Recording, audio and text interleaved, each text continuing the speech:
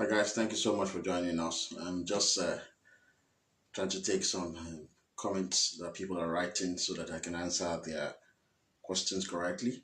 And then thanks so much for joining day 4 of our campaign on the interpretation of the Constitution of Western Nigeria. I hope you guys can see us very clearly on YouTube and then Facebook. Thank you very much. Now I'm going to address Henry 60. I'm going to address somebody have asked as well, how can Yoruba youth get a copy of the Constitution of Western Nigeria? Yeah, we've circulated this since July, and then our members and the officials of our health are still circulating that. Are will help us to answer some of your queries in respect of how you can get a copy, the PDF copy of that. This has been in circulation since July. It's been a long while. So, but those of you still do not have a copy, if you check on my Facebook page after this political speech, you can then still see a copy. You will get that. I apologize for some of you who are still asking for a copy of this. Now, today is day 4, but as you always expected, when we do campaign, we do a run campaign for as long as we have projected. But there's a difference in this now. If I hand it today, day 4, there will not be day 5 and day 6 tomorrow and Sunday. There will be a short break for us. And the reason for this short break is that we're doing further research in respect of some of the issues that we've raised in this interpretation of the Constitution. And then, as you all know, that I have a court hearing coming up this September. That the judge is yet to fix a date, but we expected the hearing to be 25th of September. This afternoon, I received further document from the police. It's very voluminous, 1,000 pages document. I think they must have transcribed some of the videos they have reported to the court as being used inflammatory language, upon which they charged me for racial hatred. So they've sent further 1,000 pages document that I have to read. Previously, I've read about 700 pages documents, and these things are very the workload is so much, but we have to do all of these things. This has no impact into our campaign whatsoever. Even without that, we plan to have a break for 2 days so that I can recuperate, because it's going to be a long campaign. And then at the same time, so we do further research. We're researching more on the fact that, we said in the beginning, we said that it was the Igbo who changed the name of Nigeria from the Federation of Nigeria to the Federal Republic of Nigeria. It was, again, the Igbo who created the Federal Civil Service in order for them to be able to work in Yoruba land, work in the north, and they put themselves in our civil services. That's why our people don't have jobs in Yoruba land anymore. The Hausa Fulani have taken advantage of what the Igbo have done. We also raised the fundamental issue with document to back up our statement that Igbo created the 36 states, and then we've been able to link each state that was created in 1966 to the current state that we have here. which we might give you more insight as long as we go on this campaign. And again, we're working up to identify the exact 87 constitutionally recognized Yoruba Obas. They are 87, so that we can put to discredit, so to say, to use that word, the ridiculous 10,000 Obas that we now have. And then our current political leaders will think long and hard about addressing these Obas as Bale rather than for them to style themselves as Hoba. Now, that has to be done. We're also working more on that to give you the exact names and title of each of the 87 Yoruba Obas that were members of the House of Obas. Now, aside that, the most of the things that I will be doing over the weekend is to read court paper because I have a hearing. And like I said, I would like young Yoruba to come to court. And then what we preach as a movement, we believe in tit for tat policy because we are conservative. If you hurt us, we will not forgive you. We will hurt you back, however it takes. And then there's so many damages that the English establishments have done to the Yoruba nation that for far too long, we tend to embrace people who tend to destroy the Yoruba nation. We tend to embrace Igbo, even though they come into our space, commit all manners of crime, yet we continue to allow them to drop into our space. They kill our political leaders. The same thing the Fulani have done. They come into our space, appropriated every single of our resources. They control everything in Yoruba land. They kill our leaders. We continue to embrace them. The English did the same nonsense too. We continue to embrace them. So we preach tit for tat policy. Whatever anyone does to us, we want to revenge. That's our generation will have to do that. That is the only way we're going to be respected. If you try nonsense with the United States of America, they will go all out to kill you if you undermine their interest. So Yoruba as a nation should learn to do that. We should learn to do that. Every now and then, I want to use my arrest by the police to show them that we're going to do the same thing to English national in our space.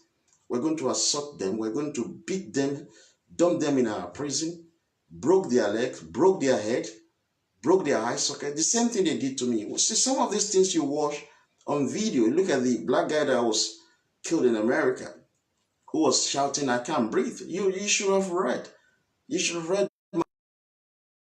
in 2016. What happened to me in the hand of the police in 2015?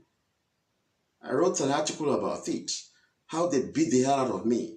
They almost killed me. The police beat me more than the guy that died in America. I could have been long dead, and they would have made ridiculous assertions and allegations against me. So we should be able to treat people the way they treat us in their country. I see no reason why English national should live in Victoria Island, should live in Ikoyi, should live in Lekki, should live in Aja. They should be living in Ajangbadi. They should be living in Okokomaiko. They should be living in Yanopaja. They should be living in the deprived area of our community.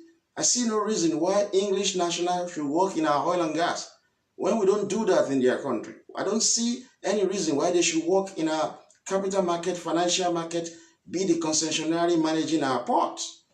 They are stressing us in their country. So when you treat people the way they treat you, you will see they naturally adjust and treat you with respect and decorum and show respect to your nation. I see no reason why we of this generation should allow Fulani to come and be in charge of policing Yoruba land, giving foreigner guns.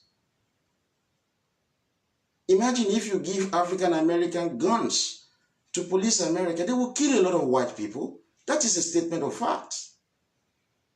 Why should we allow Fulani to leave their own Sokoto, Kano, Kaduna, Katsina, Jigawa, Kebbi, and Zamfara states? They leave these areas, come to Lagos, come to Oyo State, go to Osun, control our custom, control our borders, control our waterways, control our police, control our military, control our immigration, control our prison, control the taxes collected. No, there's no decent nation who thinks like that. Every time the Igbo said that they are industrious, look at what the National Assembly members are doing, led by Femi Gbajabiamila. They are literally going to their Ghanaian counterpart prostrating for them to stop a policy that was passed by their parliament. So is this some of the things parliamentarians must do? But Amila is a Speaker of the House of Representatives. The people of Ghana raised a bill in their parliament. The bill was passed into law that every foreigners, not Igbo alone, Indians are in Ghana, English, French, Germans, they are also in Ghana. They passed a bill into law that any foreigners who wishes to do business in Ghana must invest to a tune of $1 million. But Jabi Amira is going to Ghana to go and appeal for them to change their own law. Yes, it's a lawmaker. That is completely wrong. It is completely wrong. This is what we desire in Yoruba land. Look, I'm a Yoruba citizen and immigrant. If I want to rent a house here in London and I want to live in a beautiful place, an average price goes for around 2,000 to 3,000 pounds every month. I can afford such, but an illiterate English, inferior English, can easily afford that because this is his country. But you imagine a situation, me, a black man, I have the money to live in Kensington and Chelsea, the most expensive borough in England, and English cannot live there. English are living in Peckham, deprived community in England. Do you think that the English will accept that? No. They will raise their voice and say that immigrants cannot enjoy their country better than them. But what do you see? Igbo people can live in Victoria Island, they can live in Ikoyi, they can live in Lekki, they can live in Naija. Yoruba people cannot live there. But how are these people, the Igbo, able to live in this area? They are into crime. Imagine the Igbo are saying that they have about 10,000 in Ghana. That means that they will have $1 million, which is equivalent to about $10 billion. If you invest $10 billion in Igbo economy, to jumpstart their economy. So how are they getting this money outside the shore of Igbo land that they cannot get from their space? Crime. These monies are proceeds of crimes. That's why it's very convenient for a Yoruba store owner who wishes to rent out his store for 200,000 naira, while a Yoruba citizen is pleading for the store to be rented out for around 100,000, even 50,000, and Igbo comes around and willing to pay $1 million naira for the same space. Where are they getting the money from that the Yoruba cannot get the same? They are doing crime.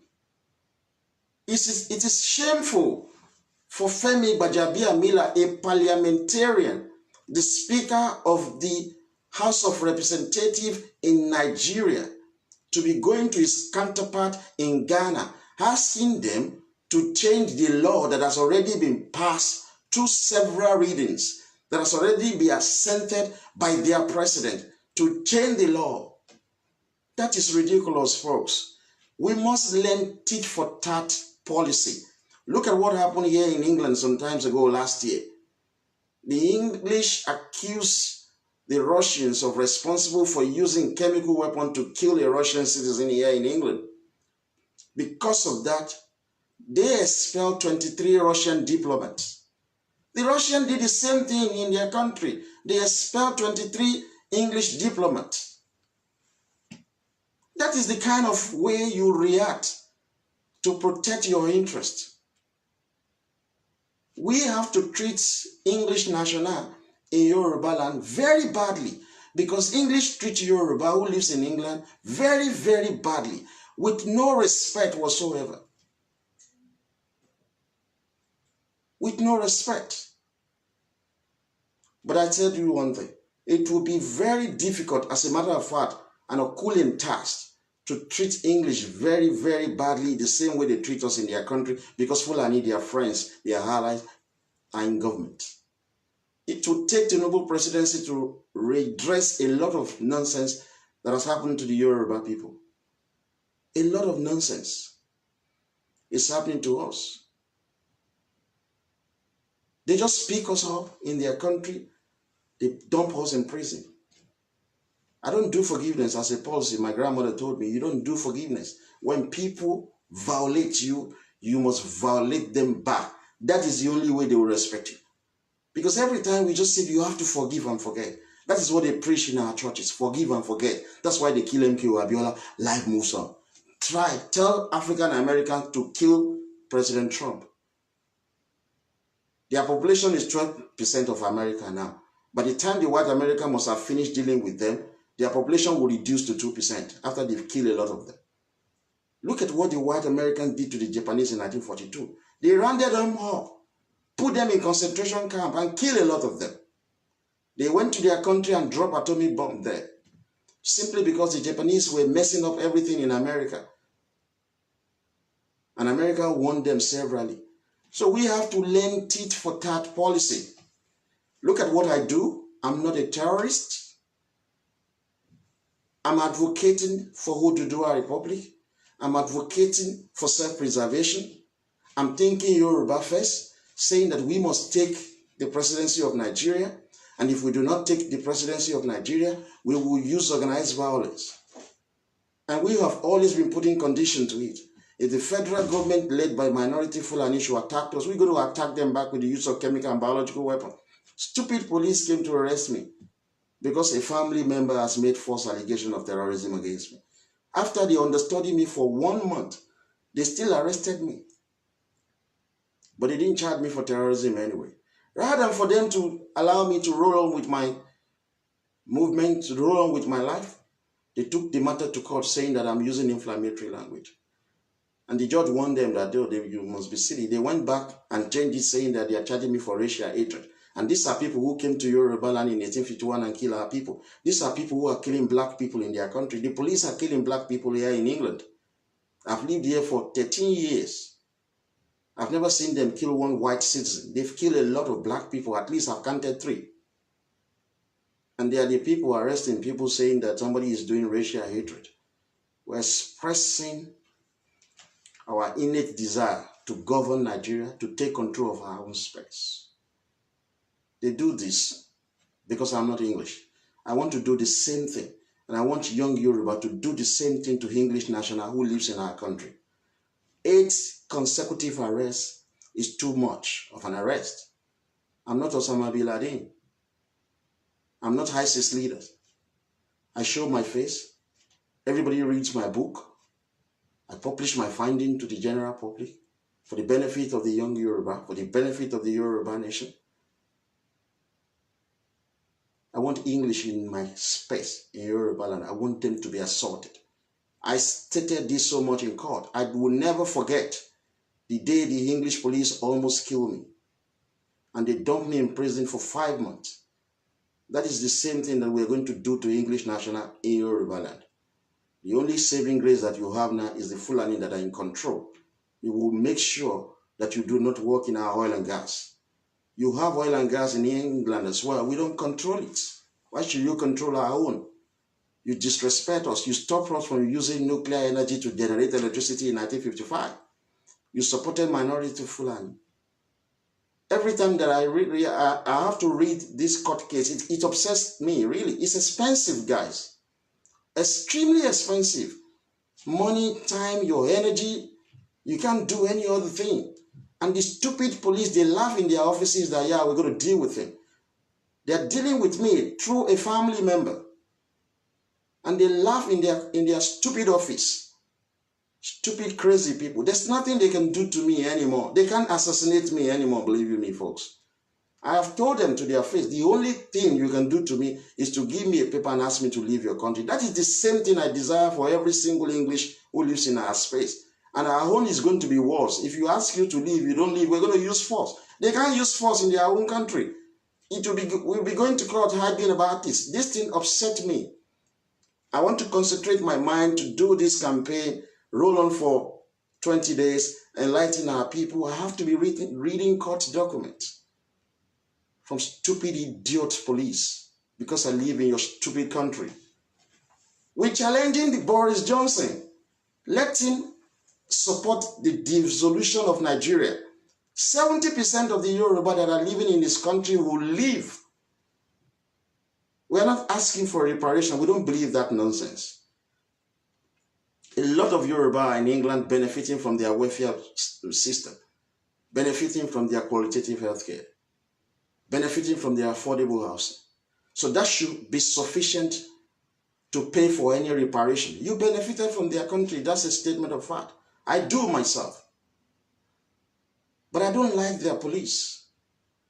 They destroyed a lot of black families. That's why black men they just ignore their children. Because the moment a black woman says, I'm going to call police on you, they know the implication that these stupid police will arrest them and dump them in prison. They did that to me 8 times. Putting me in handcuffs. Folks, I never said this to you. The very first time they ever arrested me in my life, in the presence of my son and my daughter. My son was kicking them. My daughter was crying. 5 years and 7 years old children. They put me in handcuffs in the presence of my son. And I was telling them I don't want my son to see me in handcuffs. They don't fucking give a damn. They want to impress it on my son that it is cool to be in handcuffs because we live in your fucking shit country. Hopeless people. You think that Yoruba land is not great? It is your irresponsible English establishment that are supporting minority Fulani. That is why we are in your country. I don't like the police in this country. And I have said, this is about the second time I'm going to say this openly, that I'm going to fight them. I want to concentrate my mind doing something great for my nation. They just bring me stress. I have to be reading 1,000 copies messages from this horrible idiot. And you think your own citizen who works in our country will be free, right? They will not be free. They will face the same treatment. We will deal with them in our space. We will deal with them. So folks, young Yoruba, I want you to come to court. You learn. You see that there's nothing in this country. You will see that the English are actually still colonizing Yoruba land. They are the one controlling every wealth in Yoruba land through their proxy, the Fulani minority. The Igbo is aware of this. They are accomplished. The Igbo want Fulani to continue to rule so that Nigeria will not return back to regional system of government. So that the Yoruba world will continue to fund development in Igbo land, will continue to fund development in the north, will continue to benefit the English. Do you know how they manage our crude oil? Igbo has no crude oil, Fulani has no crude oil, the Kanuri has no crude oil, the Middle Belt has no crude oil. We, the Yoruba, and the collective people of South, they are the owner of the crude oil. When you sell, you're keeping the money in London. The English use your money to fund the economic growth and development of their own space. And you continue to live in penury. You continue to live in a wretched life in Yoruba land. The English are stealing your wealth. That's why their stupid police have boldness. They think they see me as a black man. I keep telling them I'm not a black man. I'm a Yoruba man. You treat me with respect and decorum. You don't just arrest people. I put this in a book that I'm writing a book about myself. I put all of these things about, it's a pain in my heart that they put me in handcuffs in the presence of my son. It upset me till today. And the guy was just 7 years old. These fucking police are idiots. And we're going to treat your own citizens the same way. Believe me, I've taken my time, I've thought about this. I've been complaining to my parents a long time ago that I don't want to live in this country. I just want to come home. When my son was taken care of medically, I said, I want to come home. But my parents were like, they're going to arrest you, they're going to put you in prison. Fulani are shithead. I quite agree with them, but these are some of the things we have to face. But we can no longer face this. If you have a full-blooded Yoruba citizen as the president of Nigeria, all of you Yoruba that are suffering abroad, you know you are suffering. You are just existing. You are not living. You will come home. You will come home and help to make Yoruba land great. You are wasting away. We must develop Yoruba land. Without taking the presidency of Nigeria, we cannot do anything. We cannot. Every time that I have to prepare for this court hearing, it frustrates me, believe you me, folks. It is expensive. This is not the first time. It will be the third time I will be going to Crown Court, facing the jury. And every time they arrest me for one thing, they investigate, they can't find, they make another allegations against me. The very first time they arrested me for malicious communication, they found nothing. They took me to court for making threats. Spent almost a year until I was found not guilty. The hopeless police arrested me again 2 months after I was found not guilty. They arrested me for trespassing, saying that I've been to somebody's house and I don't even know this person's address. They realized, they look at the CCTV there, I wasn't there. They charged me to court for breaching of court order. These guys are crazy. We need to do the same thing to their citizens. It is frustrating when you have to go to court. Last year, they arrested me for terrorism. They found nothing on me to charge me to court for terrorism. They charged me for racial hatred. I feel like just beating the hell out of them because they assaulted me before. So we've set our plans in motion. So they just frustrate me.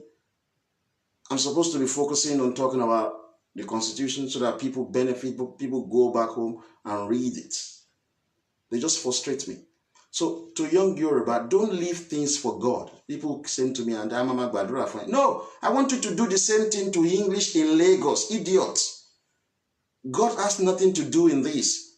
It is not God that is directing them to just be harassing me, arresting me 8 times.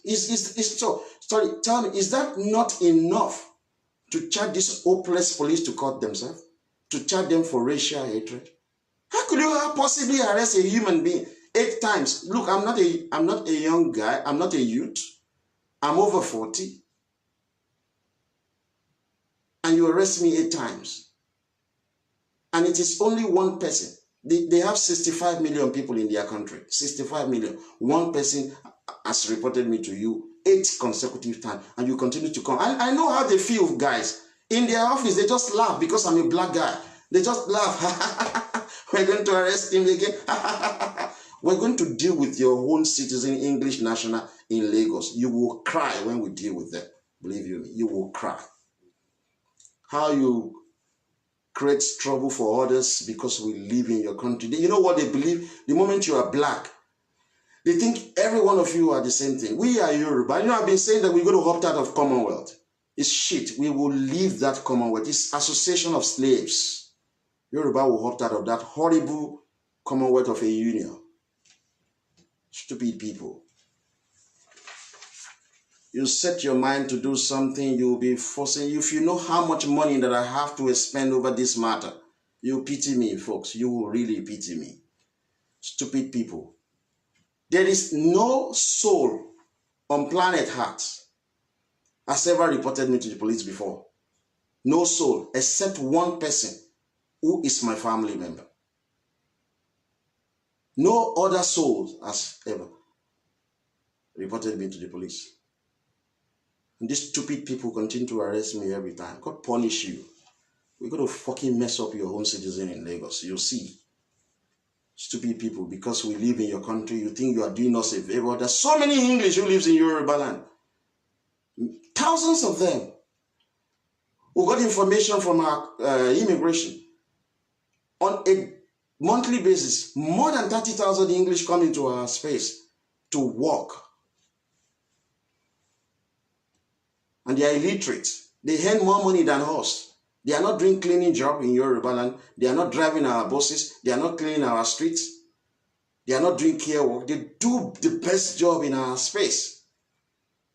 They earn more than us in our space. But we do ridiculous job in this space. And we allow them to treat us like bullshit. And some people say we pray to God. Oh, I'll be praying for you. I'll be praying. I want English to be fucked up greatly in Lagos.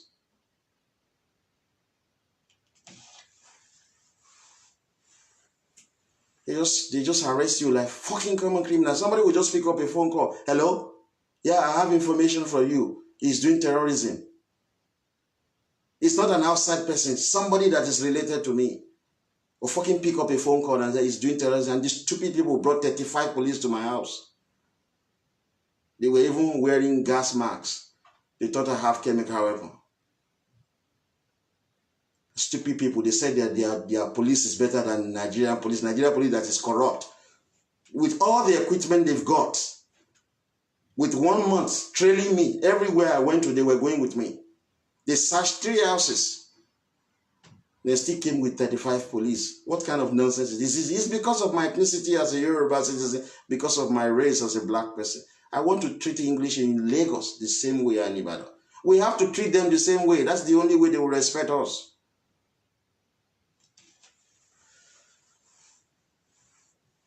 Folks, it's very upsetting, believe me. It's shit. It's ridiculous. And I hope you guys come to court. You just listen to them. You come and see the police in action. You see how stupid they are. They're very pompous, you know. They believe that we don't have alternative to England. England is shit. You can't attain your full human potential. You are not happy. You have no friend. You have no family.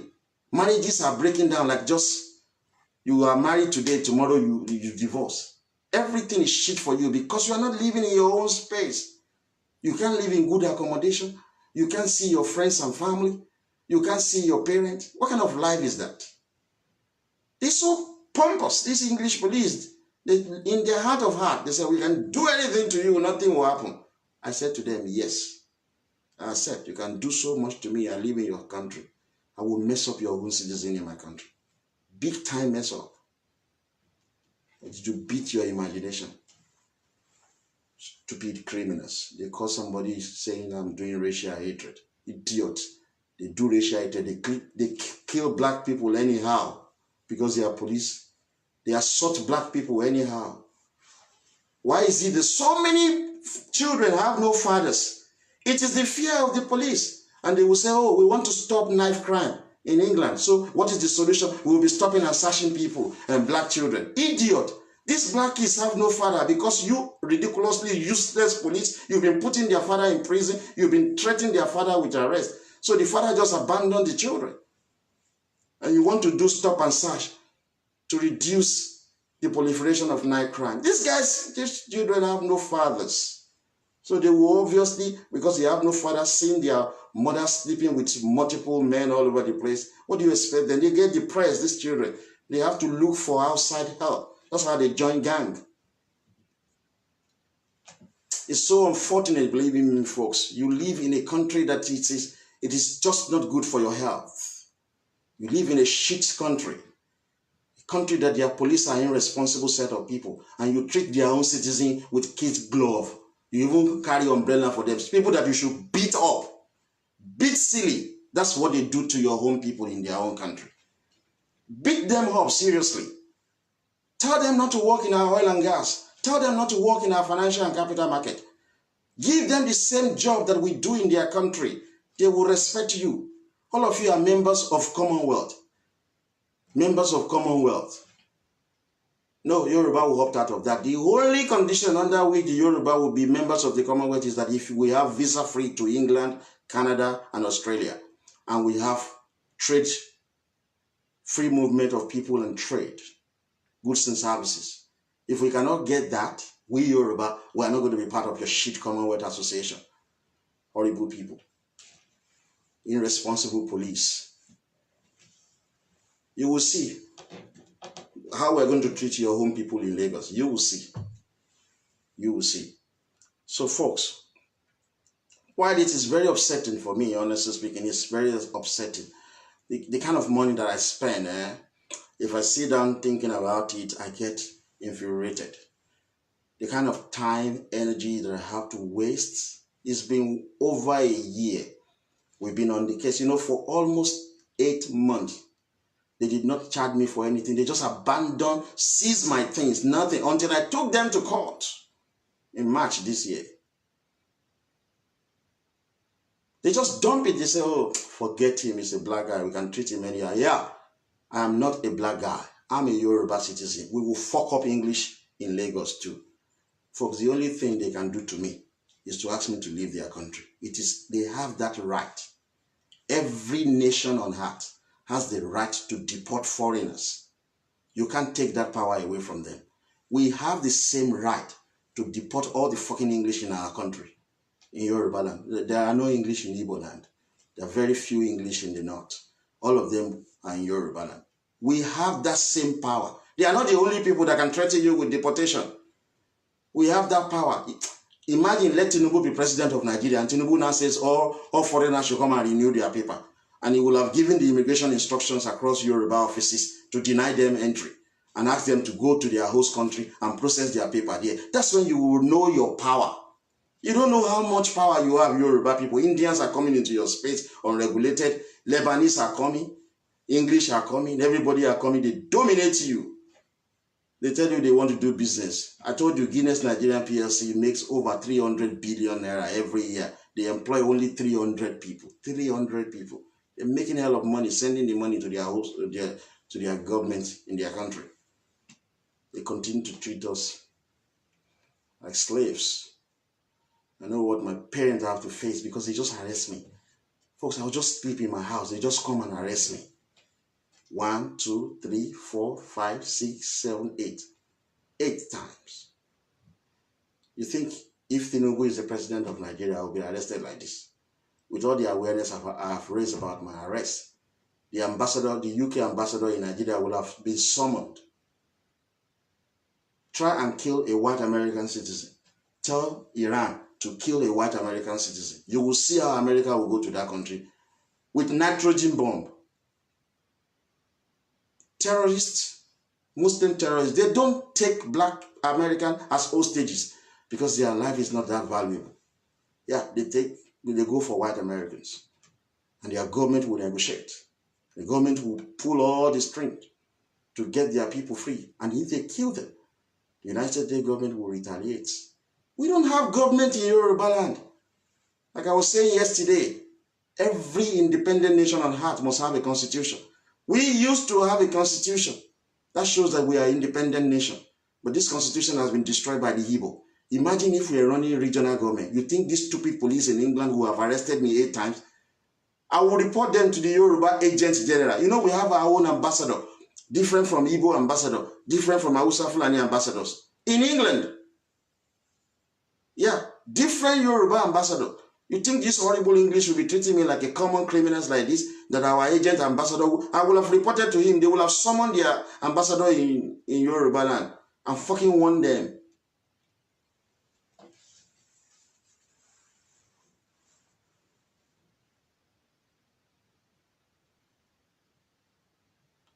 It's crazy, folks. Spends considerable time, energy, money over this useless case. And the idiot who made these allegations against me, the idiot. She never taught. You see, that's how English behave, you understand? They knew this person.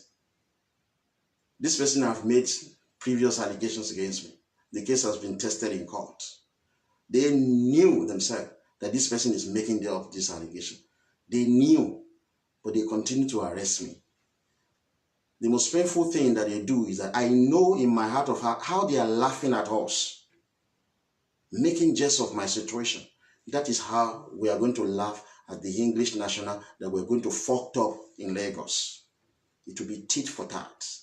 Our generation is different from our parent generation. Horrible people. So folks, let me now just return back to what we do. Because every time I think about the cost of this case, it get me wind up, believe you me. It get me wind up, seriously. It get me wind up. I just want to make sure that these people pay. And they will pay. I'm not forgiving them.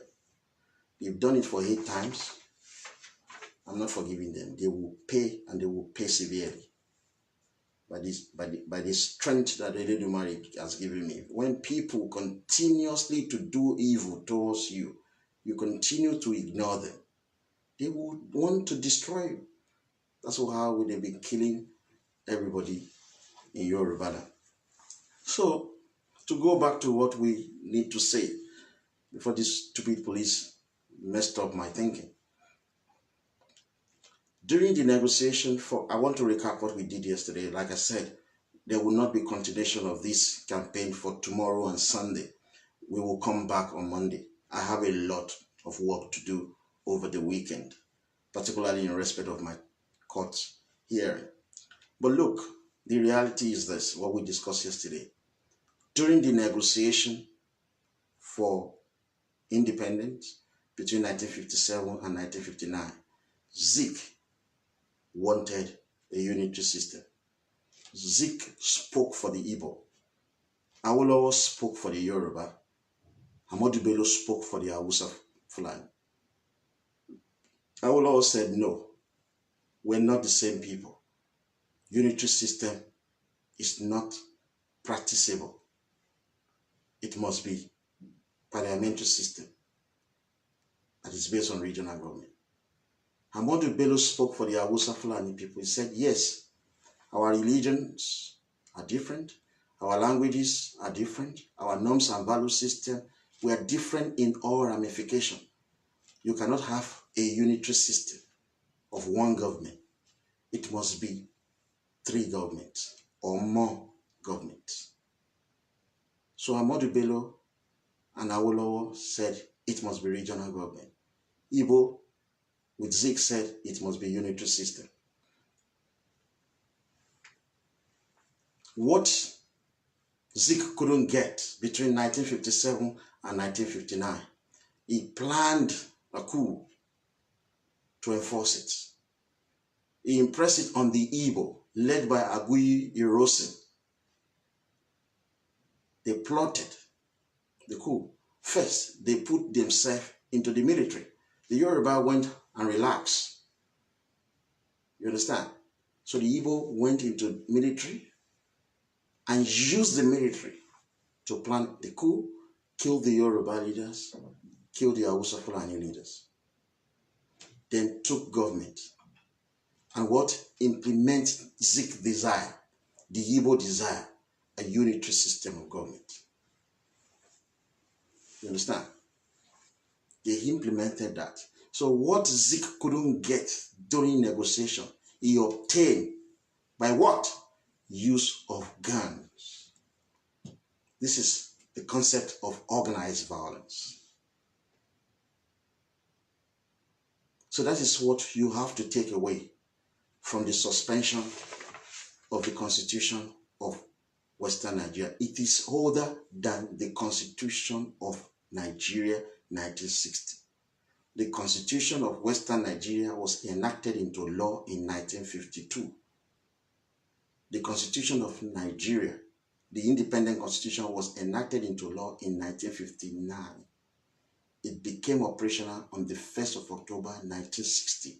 This constitution that I'm reading to you is 8 years older than the Nigerian constitution. Igbo turned it. So they gave us the unitary system.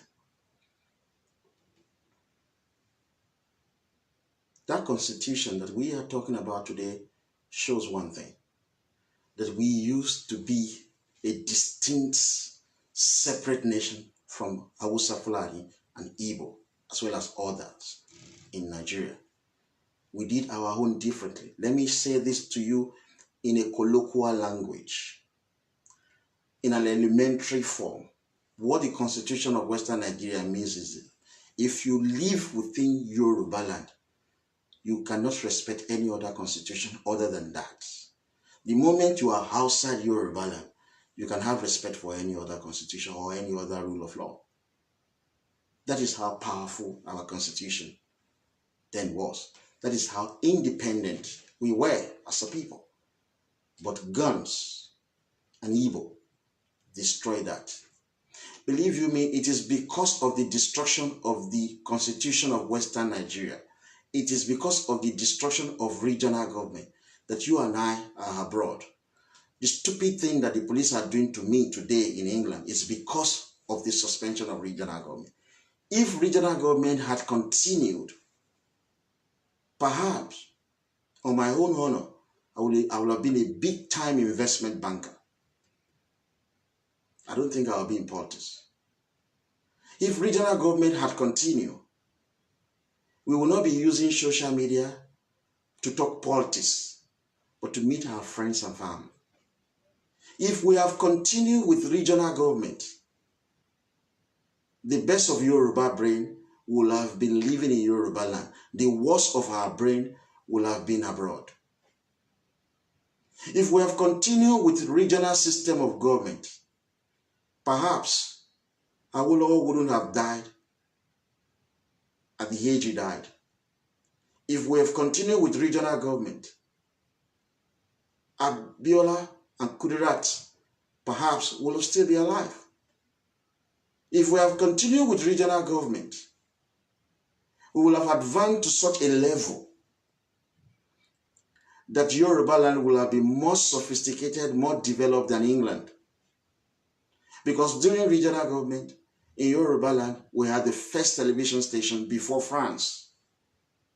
Today, we cannot even run Big Brother Niger. It is being run by a South African TV station. If we had continued with regional system of government, the late Onishijuade perhaps would still be alive today. He died of medical complication because there was no air ambulance for several hours to take him to the hospital. By the time they eventually airlifted him to London, he was already dead. If we have continued with the regional system of government, I think I would have become a grandfather by now because I would have married at the age of 20. And I would become a grandfather. Imagine, I would be big boy. We won't be doing all this nonsense we're doing. But look at our life today. Look at our life. There's a research that was done by, I forgot the name of this guy on Twitter. He was quoting somebody. 84% of Yoruba pray every day. 84% of us, whether to Allah, whether to God through Jesus, or whether to Olodumare through Orisha. 84% of us. Yet, we indulge in sham marriages to live in America, to get British citizenship. Yet, our women are involved in prostitution. Our men are involved in all manners of criminal activities. Our children are doing yahoo yahoo. Yet 84% of us, we pray every day.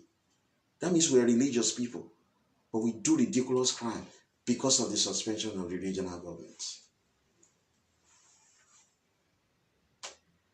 We are just living abroad. How could a nation with a dream will now desire to live in America, in Canada, in England, in France, in Germany, before they can hit 3 square meals, before they can achieve their human dreams of eating, or not to do anything substantial. So the destruction of regional government by the Igbo is the problem that we are having in Yoruba land. To the liberal, your problem is not Tinubu. It will never be. Bring back this regional government. This irresponsible police that are harassing me in their country, they will welcome me in their airport because they will be expecting us to bring money to spend. But with all the shit jobs we do in their country, they still disrespect us. The destruction of regional government has affected a lot of our lives. Believe you me, you cannot just begin to imagine why your life is miserable. It is all boils down to regional government. Go to America. They have funded their society with taxation. The same thing in England. But every goddamn taxes that we pay in Yoruba land, everything is just going to Abuja. Everything. Ask yourself that simple question. Is President Trump sharing monthly allocation to states in his United States of America? No. But that is what we do. That is the nonsense we do. This is why your life is miserable.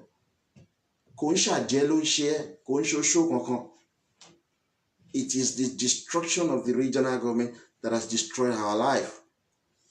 So Zeke was able to get his dream before he died. Unitary system. And since 1966, we've been using this unitary system. we've been using this unitary system of the Igbo. The Hausa Fulani have taken advantage of that system to control our life.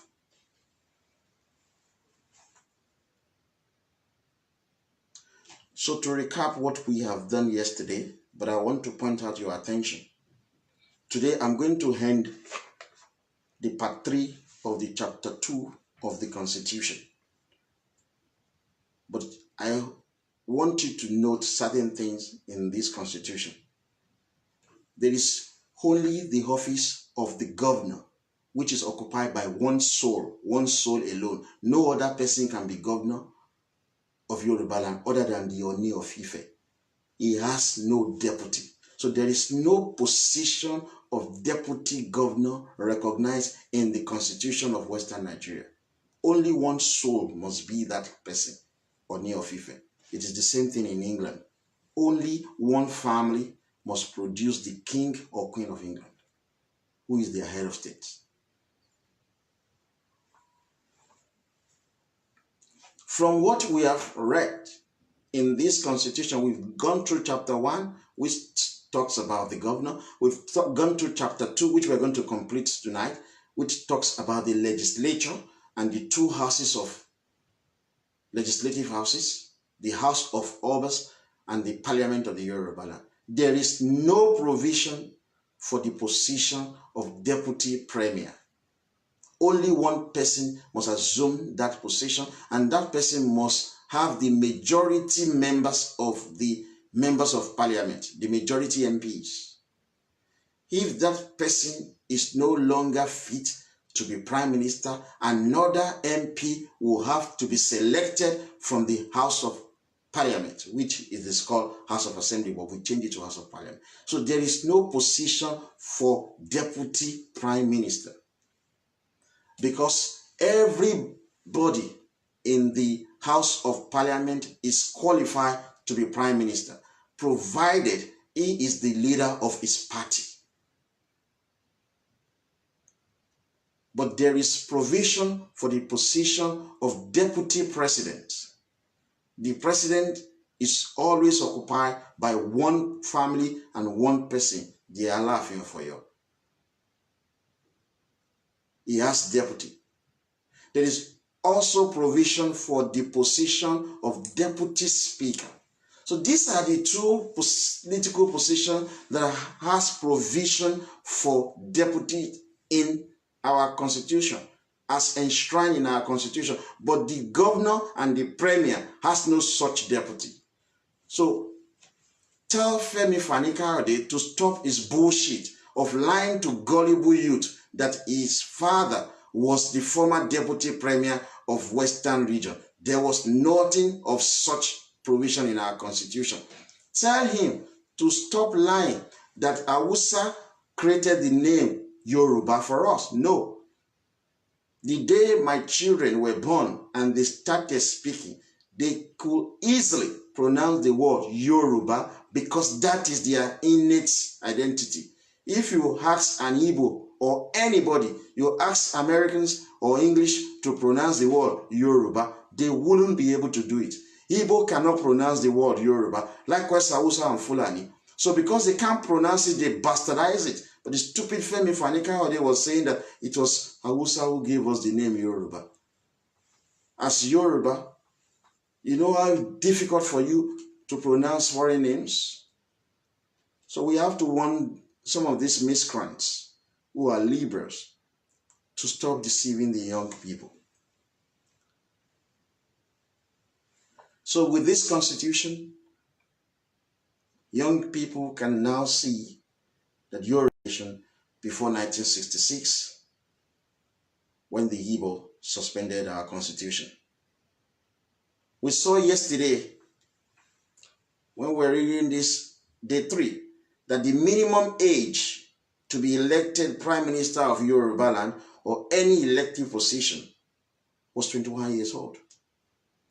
But what do you see? Because we don't read, the young Yoruba started protesting with their friends, asking the Nigerian National Assembly to pass a bill into law that guarantee young people to contest for elective position.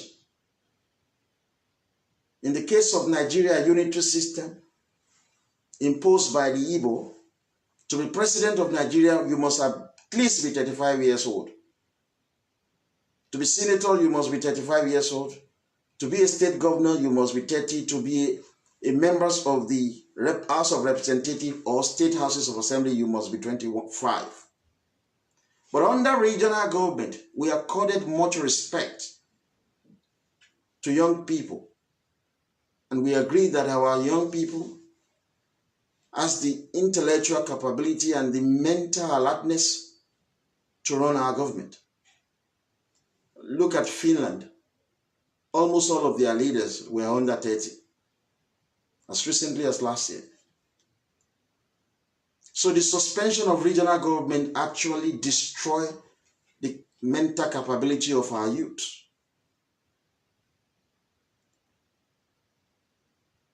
So that's why we hope and look up to older people. Today, a group called Yoruba World Congress had a leader who is close to 90.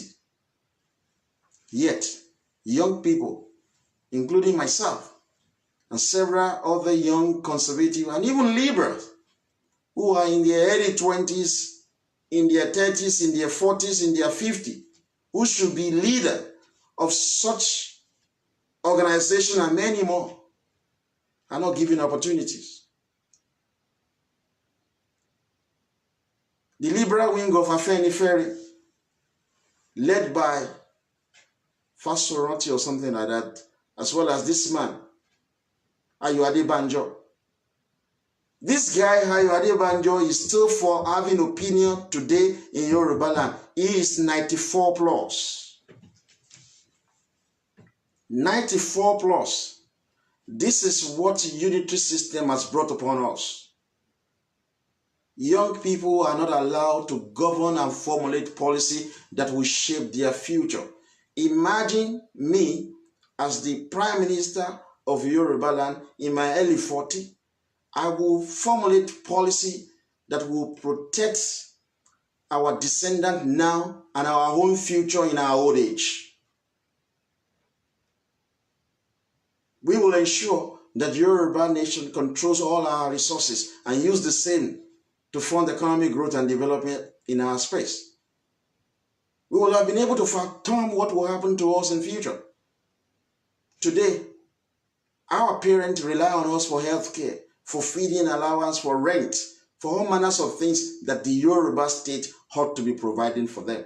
So we allow old people to have opinion when they are already going to die. Every time Ayo Adebanjo spoke, he's always speaking nonsense. He speaks not like 94 years old. These are not the kind of people who should continue to formulate opinion in Yoruba land. We have seen their dancing days and they fail us and fail us woefully. This is the time for us to go back to the constitution that was suspended. Allow young folks. I'm not advocating for young people because a lot of young people are useless, by the way. But we still need young people to take the bull by the horn and shape their own future. The unitary system destroyed a lot of things. Shora is a young man, I think in his early 50s or late 40. He's an Ijaw citizen.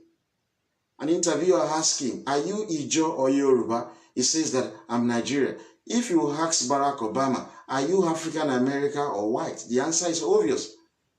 He says he's African American. It's even part of their censor exercise. You have to fill the form to say where you are. Sure, I was asked, he's a young guy. So what do you expect of such? If he's in a position of power, somebody who cannot say or be proud of his ethnicity, you don't entrust power in the hand of such youth.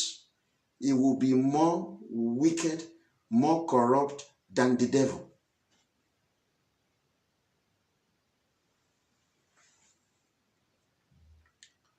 So all the people who made noise around the not too young to rule, unfortunately, they've never had a copy of the Constitution of Western Nigeria. You just have to be 21 years old to be eligible to be Prime Minister.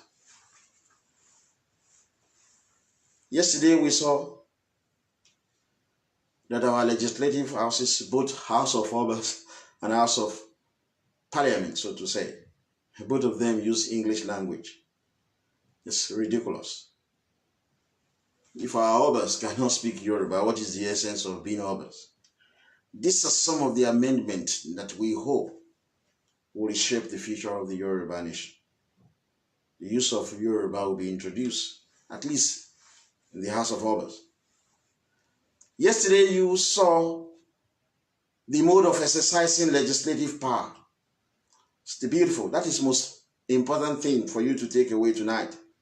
Mode of exercising legislative power. Bills that have been passed in the both legislative houses, be it the House of Parliament, but we now call it House. It was called House of Assembly. We call it House of Parliament. Be it that, or be it the House of Orders, we change it from House of Chief. Whatever bills that have been passed in these two houses must be taken to the office of the head of state, Oni of Ife, who will append the signature. You could as well reject it. So that is the mode of exercising power across Yoruba land. There is nothing that happens in Yoruba land that does not have the consent and the assent of the Oni of Ife. So what do you expect with such a constitution? The Afobaje in Ile-Ife will always appoint a pro-Yoruba, an ultra-conservative Yoruba as the Oni of Ife, because of the enormous responsibility in that office. But today, the local government chairman in Ife can remove Oni of Ife. Somebody who ought to be the most powerful man in Yoruba land is now less powerful than a common local government chairman, because the Igbo came with guns, suspended our constitution, and imposed on us the unitary system. As powerful as the Yoruba Obas are, they have limitations, which we saw yesterday. Part of that limitation is that when it comes to money bills that has to do with taxation, it is always extremely urgent. So they can't afford to joke with such.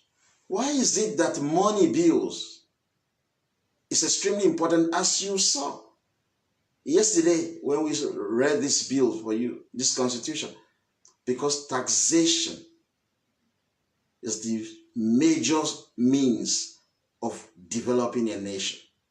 If you want to make a nation poor, take their taxation away from them. What led to American Revolution? Taxation. People were paying taxes in America because the English were practicing unitary system then. They took all the taxes collected in America to fund economic growth and development in England. Other people said no. That was how the slogan, taxation without representation is a recipe for disaster. That was what led to American Revolution. Since 1966, that the Igbo suspended the Yoruba constitution, that the Igbo suspended regional government and introduced unitary system. They have been taking away our taxes from Yoruba land. What have we done? Absolutely nothing. You know why? Because when they kill our leader, we forgive.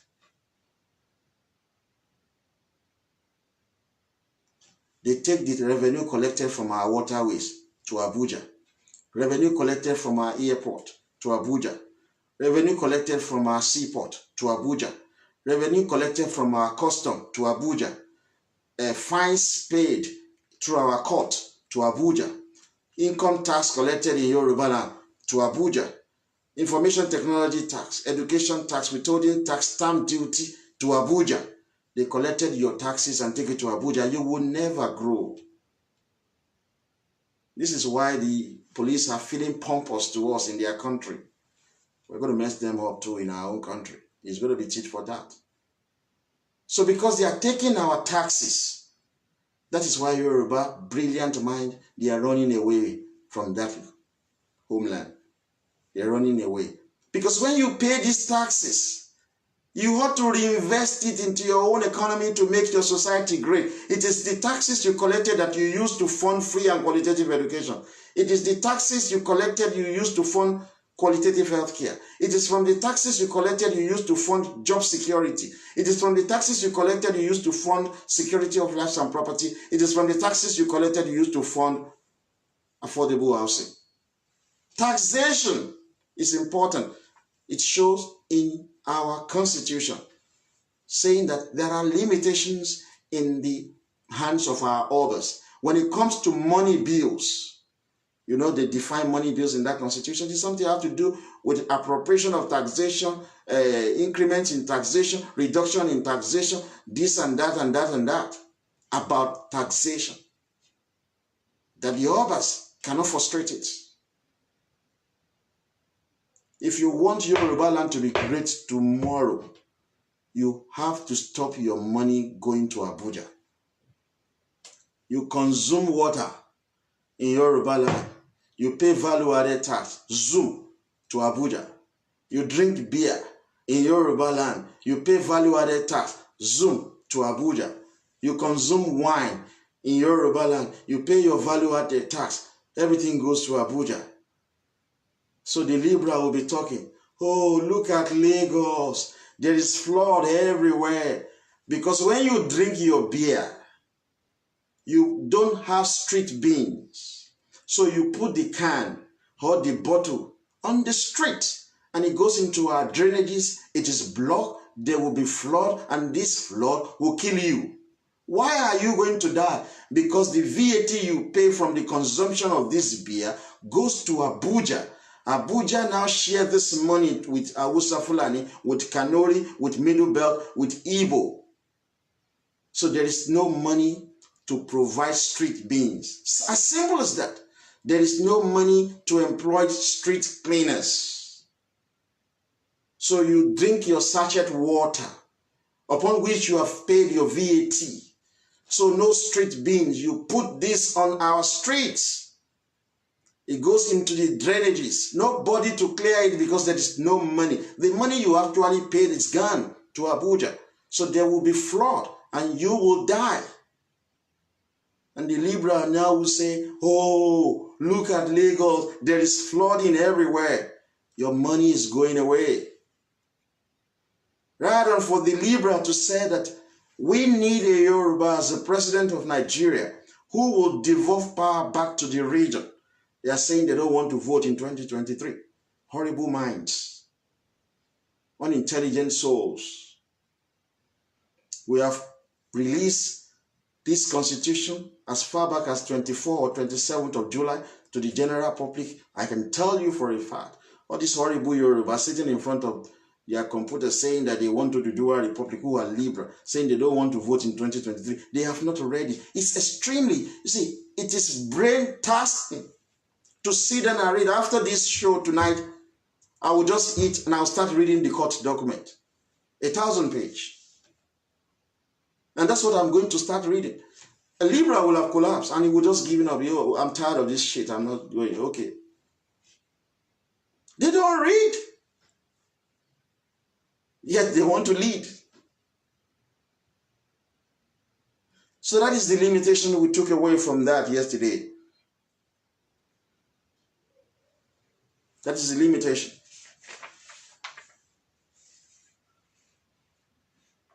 Let me quickly say this. But I deliberately not mentioned it yesterday. Because I didn't read everything about these money bills. In the money bills, there's something important which I expected you to read yourself because we can't read everything for you. And you actually don't have to read everything. You just read what is important. What I want the general public to take away from this is that you should demand back for your constitution. That is it. That's the essence of us publishing this. You demand back for your constitution. It's a simple thing. And it is not going to be by word of mouth, by gun. That is it.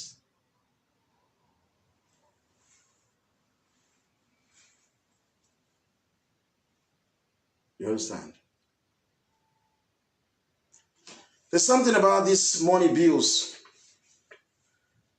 that says you have to finance the loan that has been incurred. You use assets and revenue generated as collateral. So if we have gone to borrow money, we could use our asset, we could use our seaport, our airport, our waterways as collateral for the money that we've gone to America to borrow, from the money we've gone to China to borrow. When we wanted to feed the entire Yoruba nation under regional government, Awolowo and his lieutenant, his generation, thought about farm settlement. They went to the Israeli, because the Israelis, as at that in the 50s, they have advanced in their agricultural procedure. They use precision farming. There's subsistence farming, mechanized farming. Now we have precision farming, whereby you know the yield of your produce even before it is planted. You know the amount of water you are going to put for irrigation purposes. You have already curbed diseases that will affect your plant. The Israelis are brilliant. So we went to them, enlisted their support, brought them to Yoruba land. We had less than 50 farm settlements across Yoruba land. Less than 50 farm settlements. Yet we were not importing food, except food that we cannot grow in Yoruba land. We were not buying cow or cattle from Hausa flying under regional government. We were producing everything in Yoruba land. We had less than 50 farm settlements, yet we feed ourselves. Igbo came, suspended our constitution, suspended regional government, and brought us backward. Today, the federal government of Nigeria is asking everybody in Yoruba land to return back to farm. You are telling a medical doctor that has been trained for almost 10 years to go to farm. You are telling an engineer who should be constructing roads and bridges to go to farm. You are telling our pharmacists who should be in laboratory trying to find vaccine for diseases to go to farm. You are telling our lawyers who should be reading case law, trying to help to shape the understanding and civilization of our homeland to go to farm.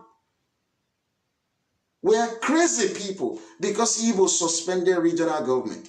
Under regional government, we had less than 50 farm settlements. Yet, we were not importing food, except food that we cannot grow in Yoruba land, like wheat.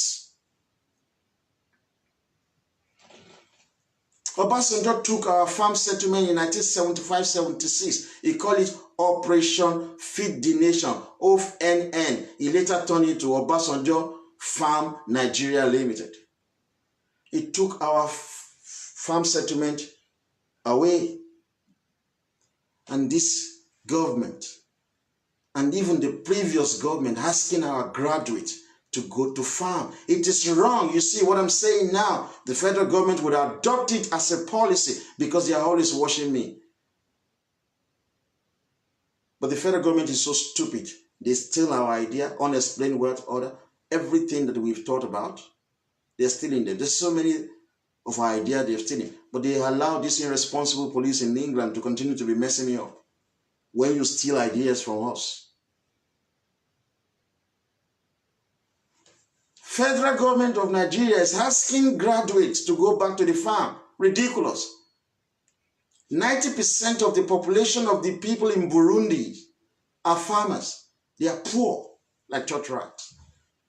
It has not improved their economy. They have not grown sufficient food to feed their people.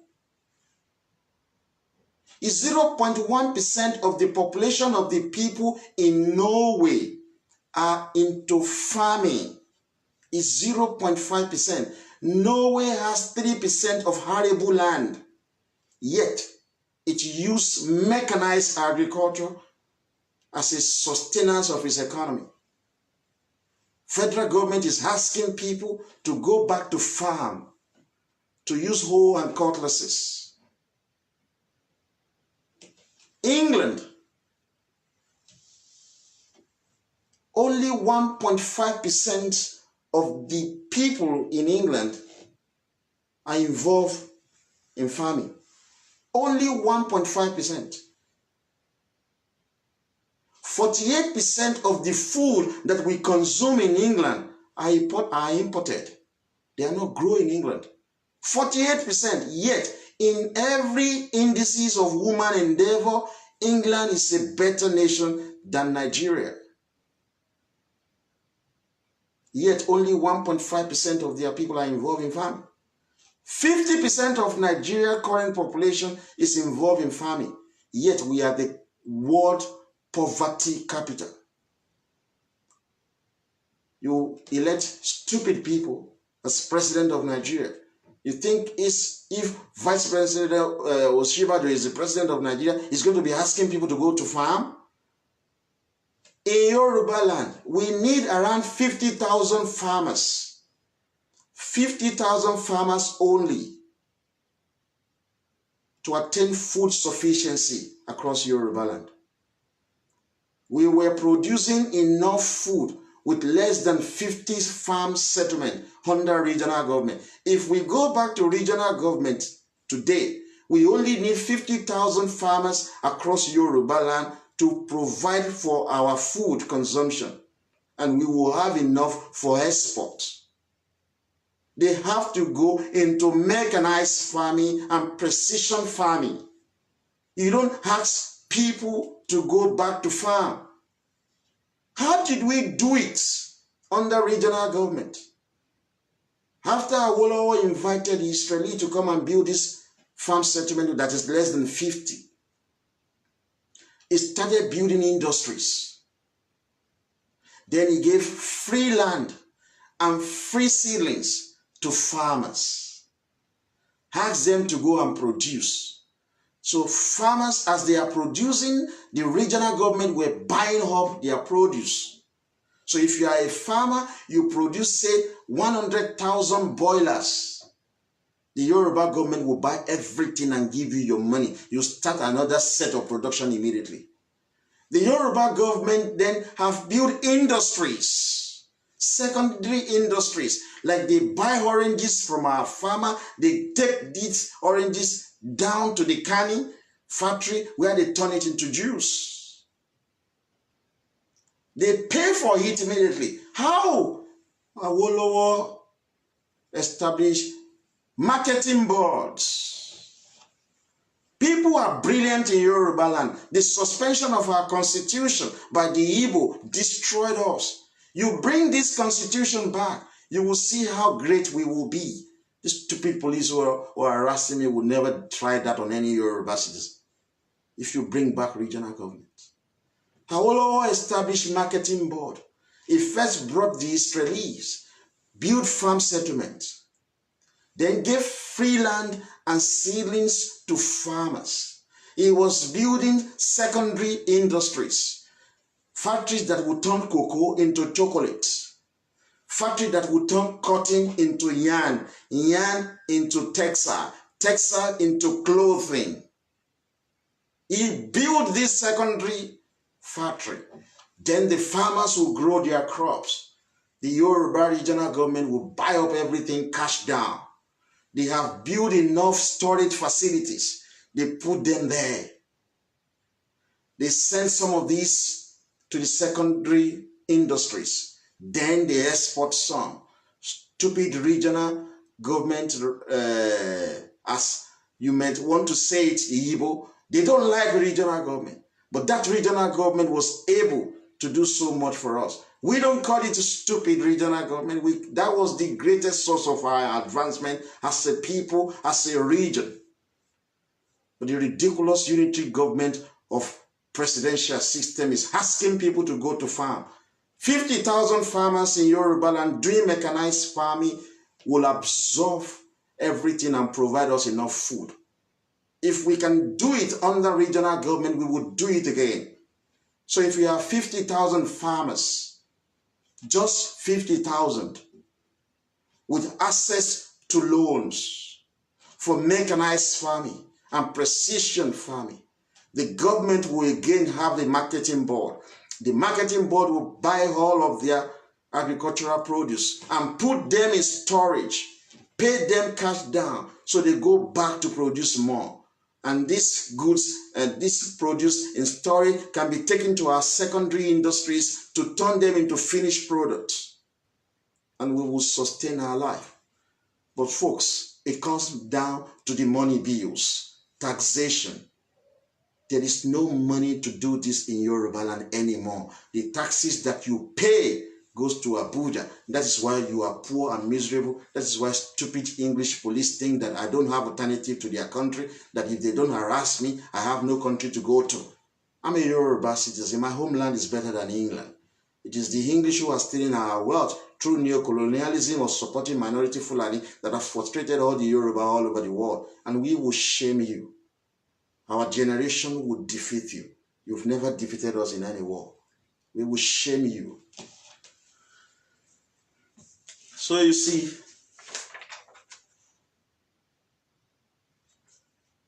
I can tell you for a fact that the federal government will watch this video and make a decision. They always benefited from my political speech.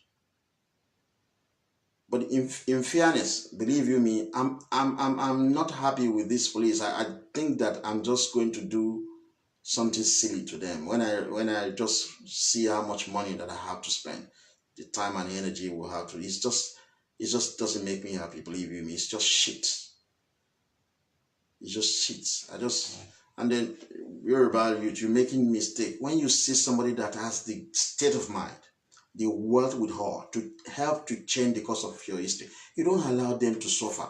It will derail them. It will derail them. There's no dispute. You know that I have the human capital. So you don't allow the best of your mind to be messed up. It will destroy your society. So I expected English National in Yoruba land to be messed up, so that we send a message to them that you have to stop messing up our own people in your own country. You don't know how self-preservation works, guys. You don't understand this. So you see how we are able to produce food for you under regional government. But what do you say? Everybody, you go to farm. Lawyers, go to farm. Accountant, go to farm. Doctors, go to farm. People should be using hoe and cutlasses. There is a farm in Canada that produces 100,000 boilers, chicken boilers, every 3 months for McDonald's in Canada. Every 3 months. 100,000 boilers. Paid cash down. So this 3 months, it produces 100,000 zoom. After that has been purchased, it starts another one. In 3 months' time, McDonald's is coming. They are taking it. Just one farm. Imagine if we have just 10 of such farms in Yoruba land. 10 producing boilers for our consumption. And the government goes there, boom. You just paid for 100,000 straight this month and this first quarter. They use the money for another production for the people will be paid. We will have food.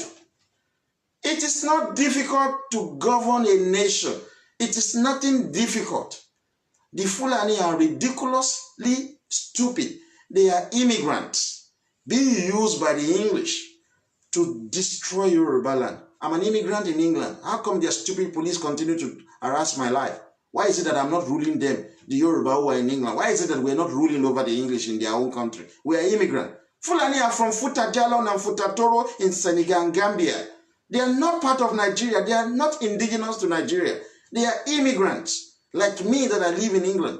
But the English support them to suppress you. So it appears that it is so difficult to run a nation. Because you put minority there. The English don't want your country to develop. They are stealing your wealth. Let us go and try that as Yoruba people. Try and take over England from them as immigrants that we are to rule over them. They will kill you. But they are supporting minority Fulani. So guys, don't fall for the nonsense. Don't fall for it. The nonsense that everybody should go back to the farm. It is ridiculous. Don't let anybody fool you. Go back to farm. Horrible. It's crazy. You're telling a psychiatrist to go back to the farm. A pharmacist to go back to the farm. I don't think you understand the quality of mind of graduates. Politicians under unitary system, they don't even value human mind. It is the best creation of Almighty God. You use brain for the advancement of human civilization. Why should all of us be farming? Bring mechanized farming on, devolve power. Yoruba will go back to their friend, the Israelis. Will start mechanized farming and precision farming. We're not going to consume meat from the Hausa Fulani. We're not going to consume it. We will build our own animal husbandry. We will do much from our taxes. So I deliberately left this out of the money bills yesterday because I didn't read everything. I said to you, go and read it. Obasanjo took our farm settlement and turned it into Obasanjo Farm Nigeria Limited. Olori Burúkú ni mine.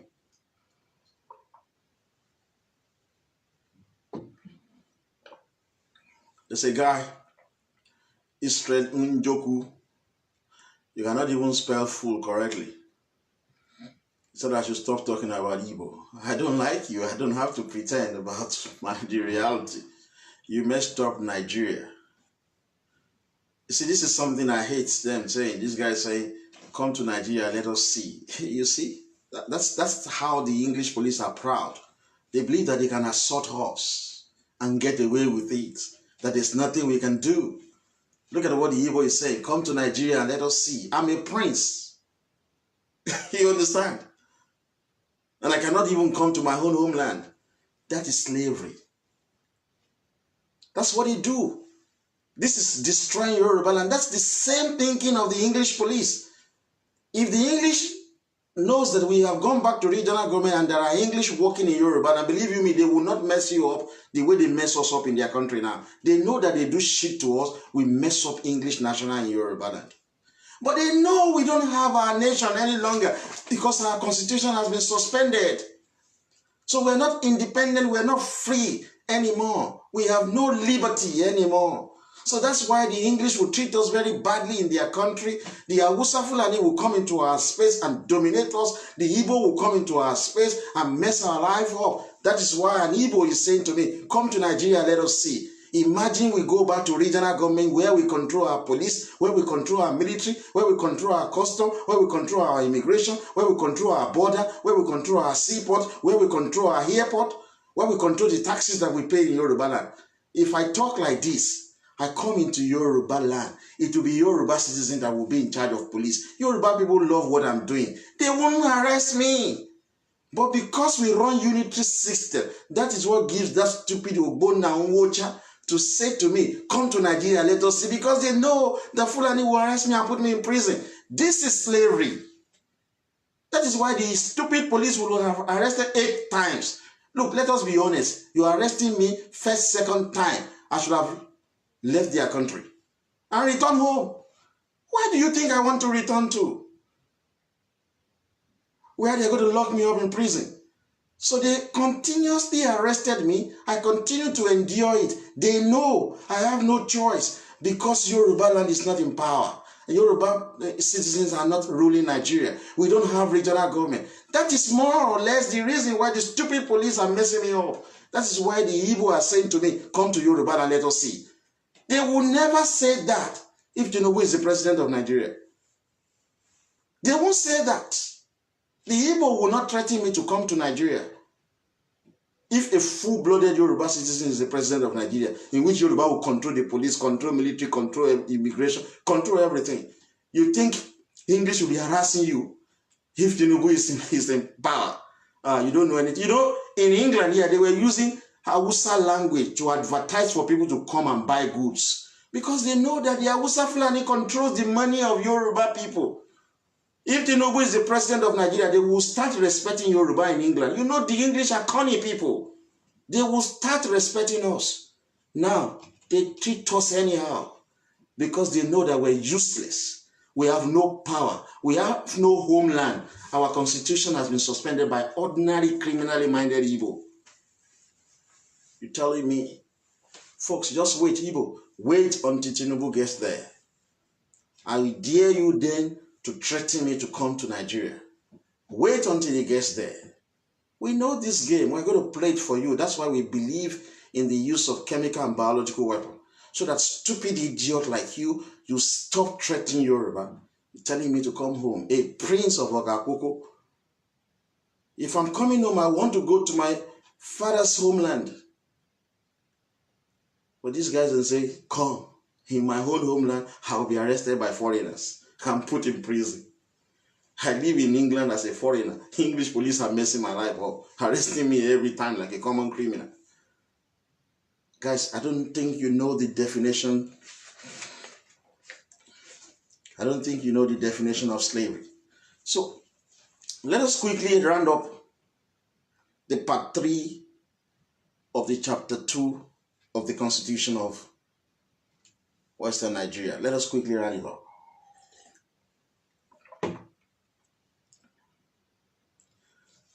Cessation of legislative house. Each section of the legislative houses of the region shall be held at such place within the region and shall begin at such time, not being later than 12 months from the end of the preceding section, if those houses have been prorogued, or 3 months from the end of that section, if those houses have been dissolved, as the governor shall appoint. You see, you cannot open the Yoruba House of Obas. You cannot open the Yoruba Parliament without the consent of the governor, whom we now refer to as the head of state, who is the Oni of Ife. He has the power also, from that paragraph we've read, Oni of Ife has the power to dissolve both House of Obas and House of Parliament. Prorogations and dissolution of legislative houses. That is on page 175 of the Constitution of Western Nigeria. The governor may at any time prorogue or dissolve the legislative houses of the region. It is written in our Constitution. Yoni of Ife has that power. But today, the Igbo youth, through the power of the gun, have taken that power away from our head of state. That's why I'm appealing to young Yoruba. It is no longer reasonable. It is no longer sufficient to condemn the Yoruba Obas. Young Igbo took the power away from them. Our generation, we have to bring this power back to them. There is a way. We have a focus. First, we lobby the good people of the United States of America. Then, if by the grace of Almighty God, the good people of America reason along with us and support Tinubu, he will be president of Nigeria in 2023. That is when we will start what is necessary for us as a people. Tinubu believes in decentralized democracy. He would devolve power back to the region. We will have to request for devolution of power back to the region. When the Hausa Fulani voted for Obasanjo a half Igbo, half Yoruba in 1999. They gave him all their support and they made one simple demand of him: Sharia law. Obasanjo gave them. Today, the governor of Kano want a musician to be killed under the Sharia law. Yet we plain think that Nigeria is one. No. They gave their support to Obasanjo. They voted for him massively. We Yoruba did not vote for Obasanjo. And Obasanjo compensated the Hausa Fulani with the Sharia law. Today, they are using that Sharia law, even though we have the Constitution of Nigeria. If we put Tinubu in power, he will give the Yoruba our desire, a return to regional government. I think the campaign in Yoruba land for Tinubu presidency should be Sharia for the Hausa Fulani, regional government for Yoruba. You need to put your full-blooded Yoruba son as the president of Nigeria. He would do the same thing that Obasanjo did for Hausa Fulani. He would devolve power back to the region. But I believe he would do far better than Obasanjo in the interest of the Yoruba nation. Obasanjo is not a Yoruba citizen, he's an Igbo citizen. He served the interest of the Igbo. Igbo people wanted the retention of the unitary system. Obasanjo ensures that. Hausa Fulani wanted Sharia. Obasanjo granted them. The Kanuri people, the good people of the middle belt of Nigeria, the Edo Urobo people, the Ijaw people, and Efik people, they all want a return to regional government. They will support Tinubu. Tinubu will be president, and he will devolve power to the federating regions of Nigeria. So it is regional government, folks. Devolution of power. If you want this, you have to vote your son. But there will be proviso in the Constitution of Nigeria, because Tinubu will give us a new constitution. We must enshrine into the Constitution of Nigeria cessation clause. You know, the Igbo refused the cessation clause in 1954, saying they will not accept it. They said it is illegal. They wanted unitary system. They got it through their own people, led by Aguiyi Ironsi. They get that unitary system. Through Tinubu, we're going to enshrine into the Constitution of Nigeria the cessation clause.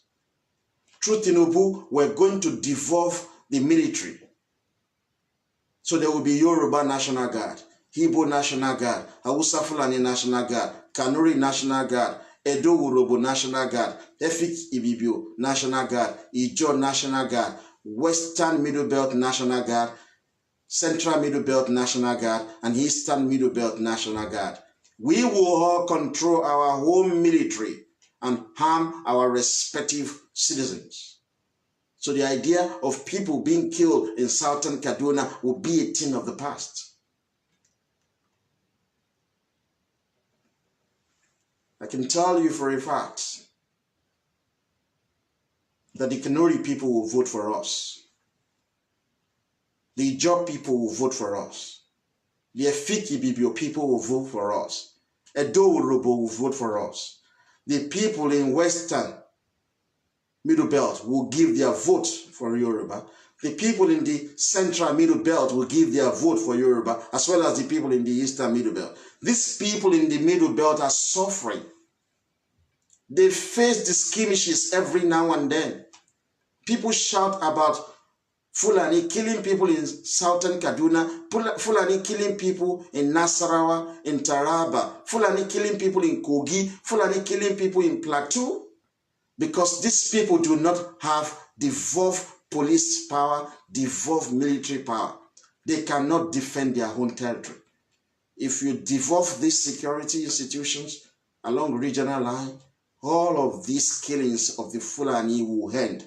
But the Igbo that are always using propaganda against the Fulani will shout that Fulani have been killing people in southern Kaduna. What is the solution? Noise. If you said to the Igbo, let us devolve power, military power, police power to the region, Igbo will say no. But how do you want to curb or stop the killing of these people in the Middle Belt, Igbo have no solution other than to make noise. The same thing with the Yoruba Libra. They use the killing that is going on in southern Kaduna to antagonize Nasiru El-Rufai. But the real solution to this killing is devolution of power back to the federating regions. The Igbo don't want it. They just use the killing as a propaganda. They tell you that Boko Haram is killing everybody. I love these people called Boko Haram because they are fighting injustice that has been done against the Kanuri people. You have to negotiate with them. You have to put them in the police of the Kanuri land. You have to put them in the military of the Kanuri land. You have to devolve power to them to govern their region. They have to control their wealth in their region. This is what Boko Haram is fighting for. The Yoruba Libra just use it as a noise making. Look at when Tinubu and Co were in opposition. They went all out, campaigning against the removal of subsidy. What are the PDP Libra, Yoruba, and their friends Igbo? Why are they not going out to confront the Hausa Fulani ruling under APC now? They are not good politicians. They just rig election. And to the stupid Yoruba who want to come out on the 1st of October to demand for Oduduwa Republic, you are going to be shot at. There's nothing that is going to happen. That is the truth. You are coming out to antagonize your own, Tinubu. You are coming out to undermine Tinubu's presidency. I know what Professor Banji Akintoye and his group are doing. Yoruba Security Summit, Are Ona Kakanfo, and Afenifere Libra Wings. All of them are waiting on money from Fulani and Igbo to undermine Tinubu's presidency. That's what they are waiting for. They are hungry. Enugbe activists. That is who they are.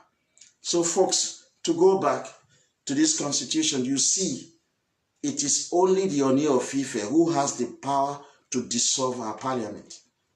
He doesn't have that power anymore now because the Igbo have removed that power. Under section 31, subsection 2, it says, subject to the provision of the subsection 3 of this section, the legislative houses of the region, that is the two houses, House of Parliament and House of Oba, unless sooner dissolved, shall continue for 5 years from the date of their first sitting after any dissolution and shall then stand dissolved.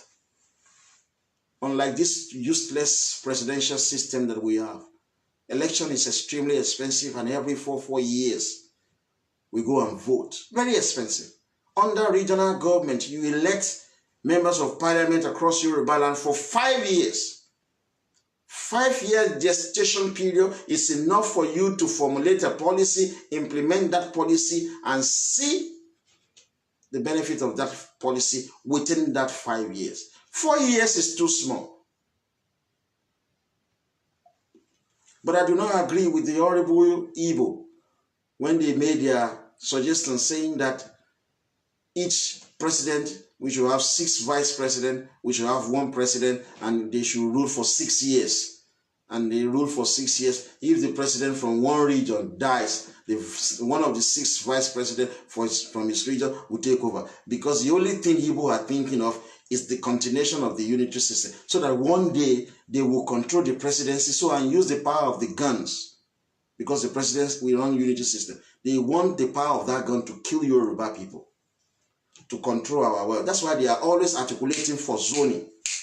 Desperate, waiting that one day they will get that power of the unity system. When they brought upon the unity system, they thought that they will rule forever. They have been planning that if by any human error they become president under the unity system, they will use the gun to finish us in Yoruba land and dominate us. You will never be president because Tinubu is coming to devolve power back to the region.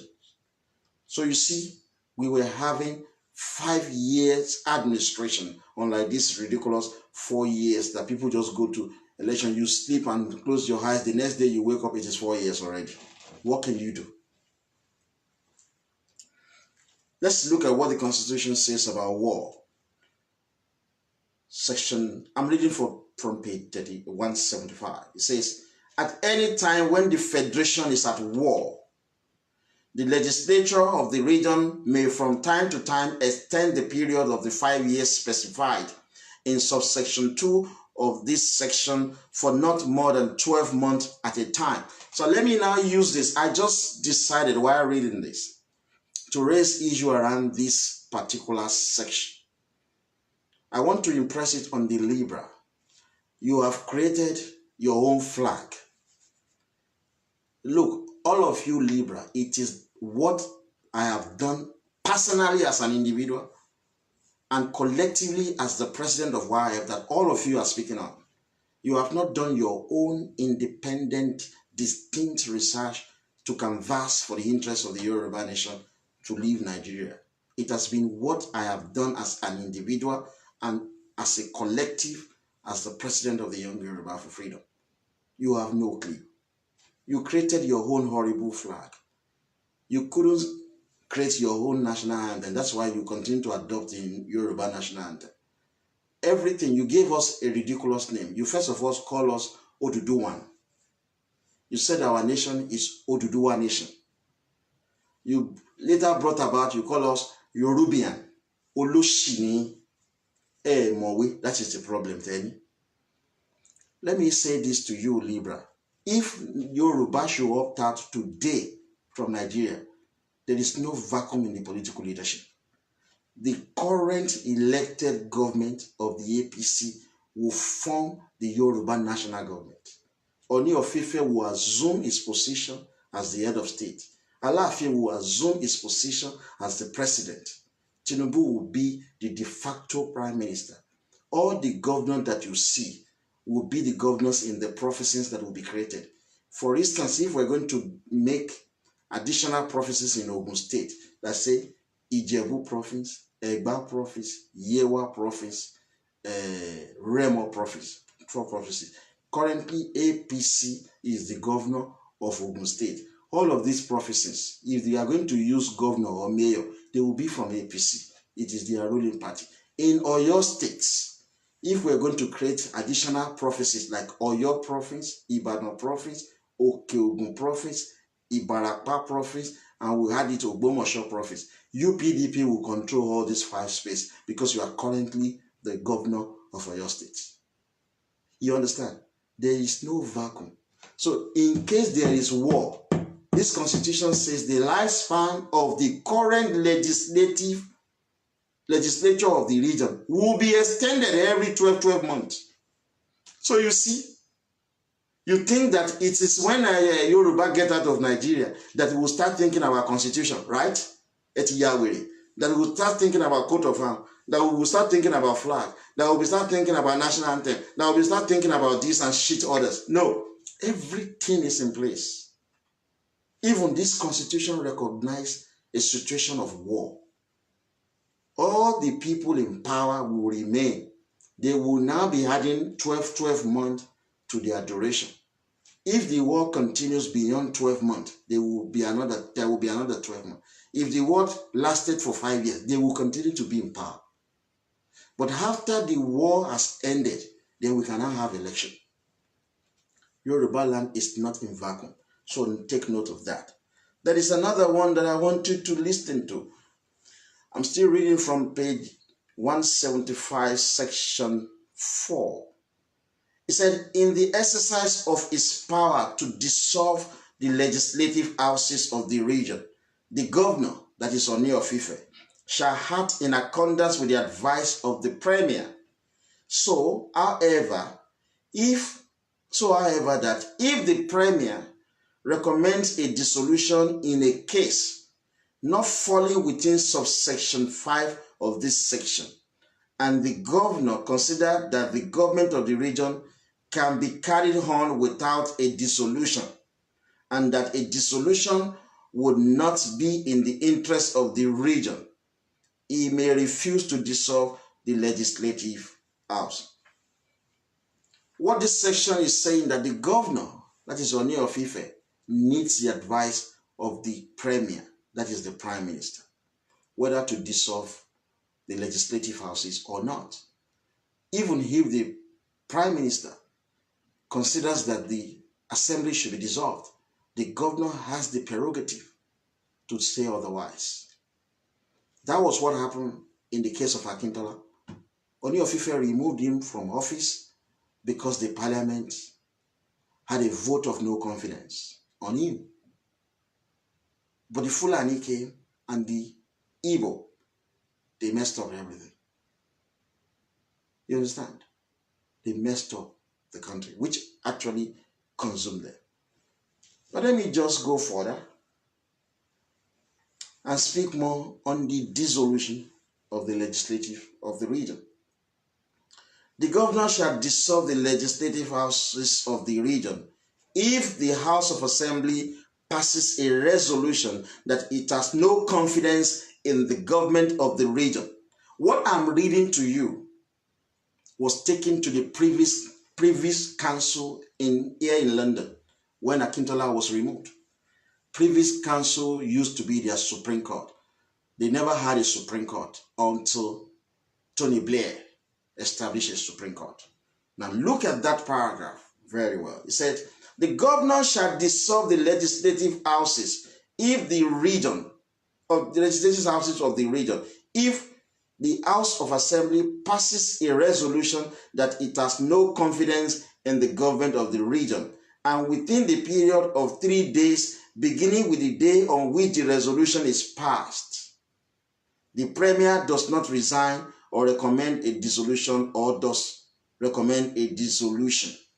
So if the governor Oni of Ife says that, look, Mr. Akintola, they have passed a vote of no confidence on your government, you must go. He refuses at that time, and Oni removed him.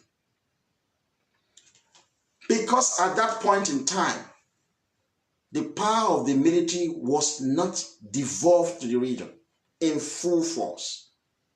Fulani and the Igbo coalition government used the military to suppress the will of our governor, the Oni of Ife, automatically the will of the people.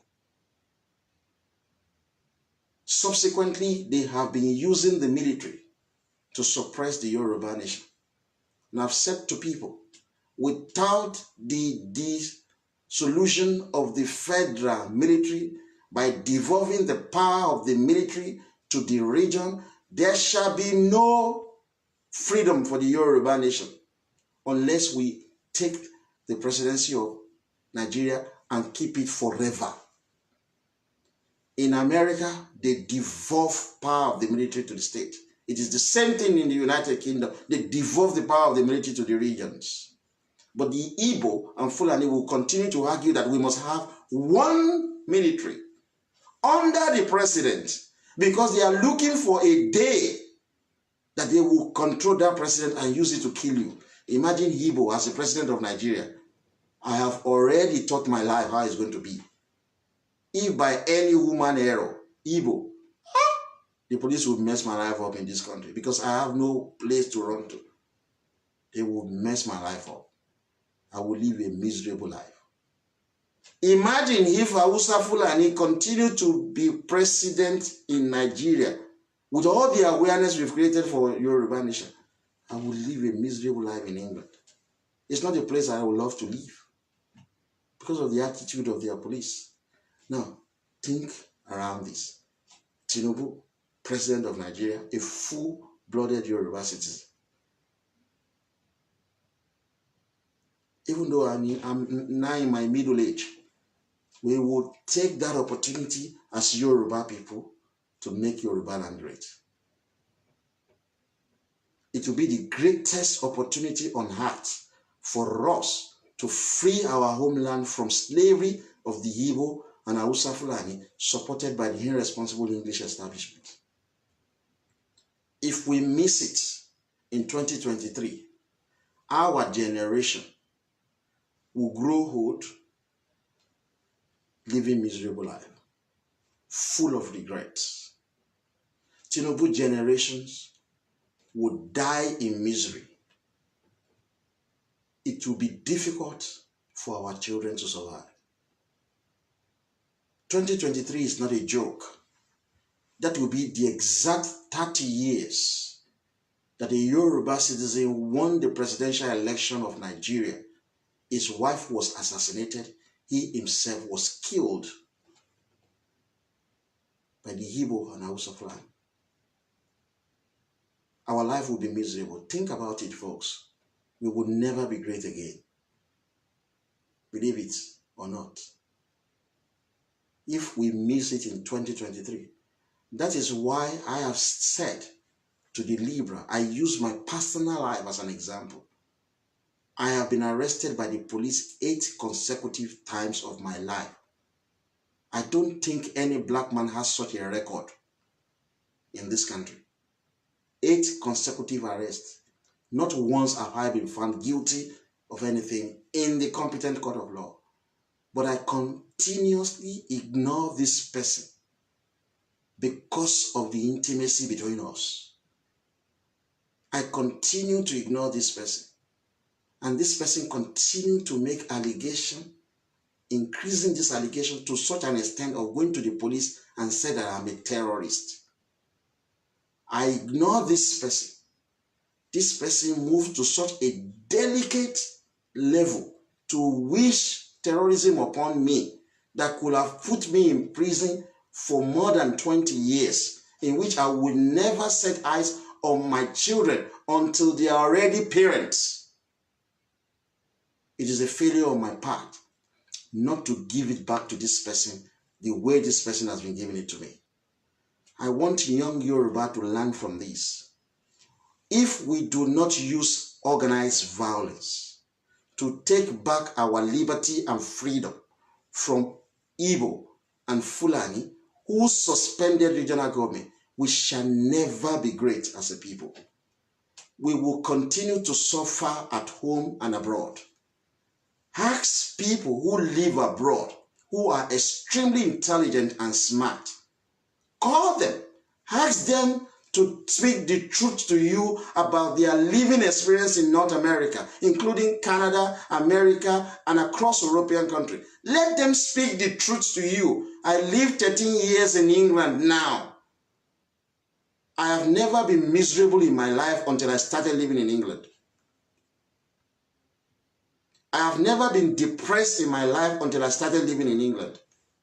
I have never been arrested in my life until I started living in England. I have never been put in prison in my life until I started living in England. I never understood what exactly is discrimination until I started living in England. We live miserable life abroad. If we miss 2023, believe you me, we will grow old seeing our children living miserable, dejected life. Igbo will control our space in our lifetime. Hausa Fulani will dominate us in our space in our lifetime. If we miss that 2023, that 2023 is the defining moment for the Yoruba nation. There will be bloodbaths in 2023 if we are not allowed to take the presidency of Nigeria. We must take it for the interest of our children yet unborn. We are the economic backbone of Nigeria. We are the majority, we Yoruba people. And everywhere in the world, majority rule, but minority rights are respected, except in Nigeria, where minority Fulani have always been in power. We will solve this problem with the use of chemical and biological weapons.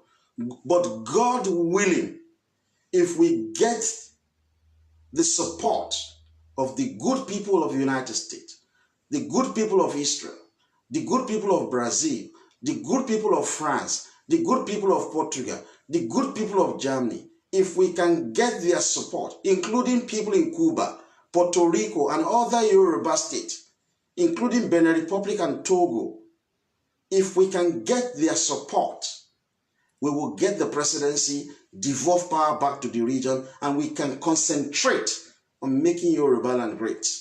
So we want to warn you, Yoruba Libra, saying that there would not be election. You are going to be consumed before that election.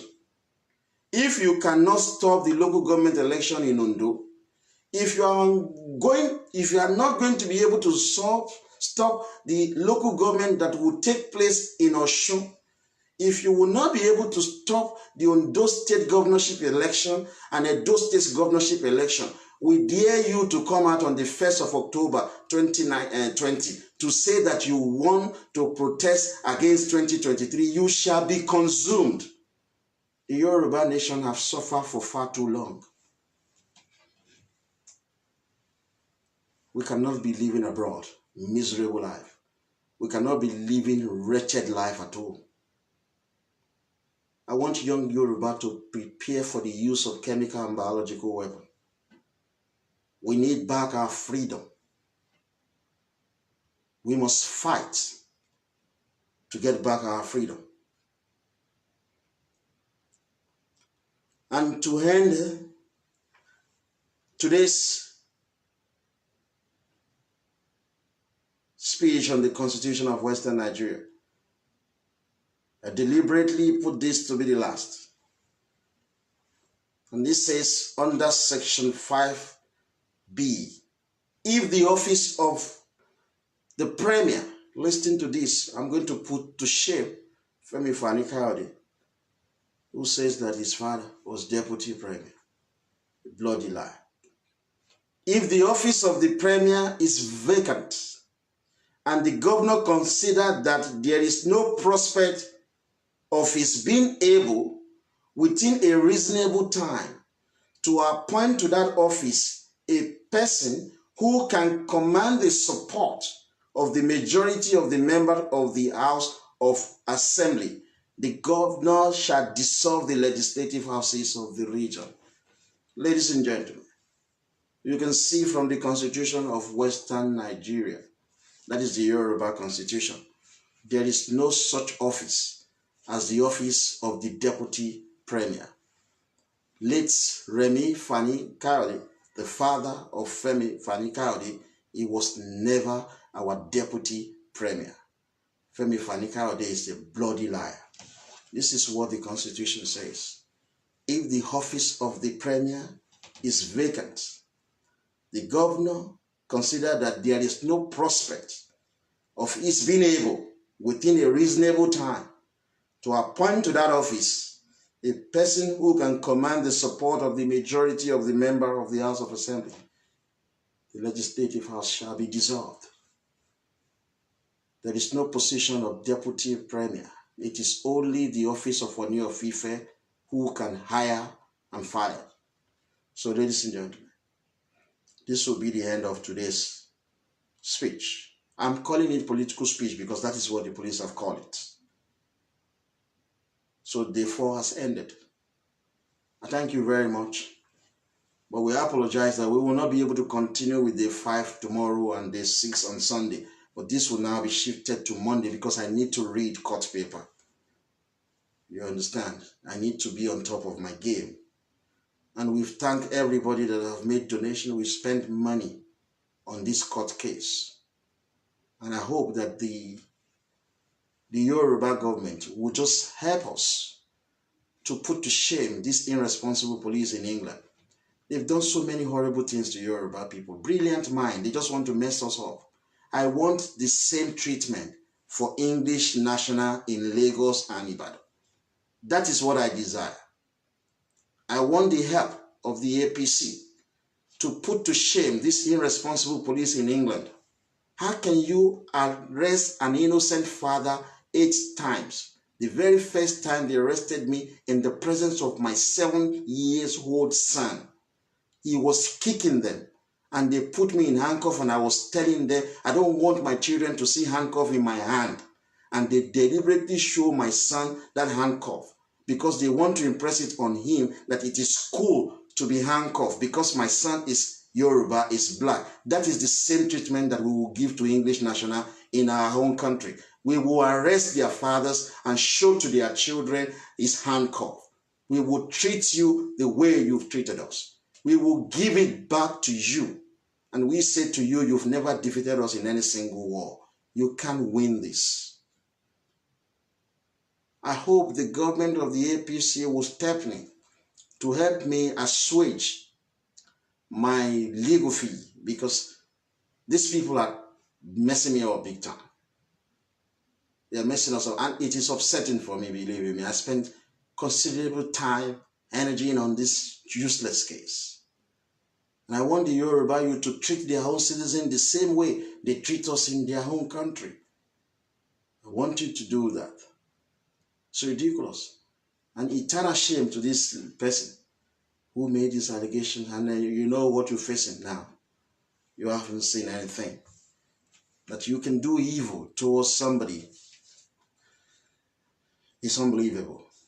So folks,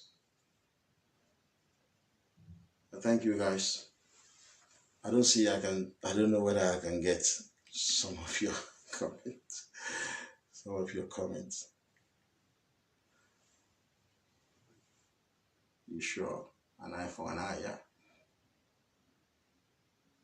Completely wrong.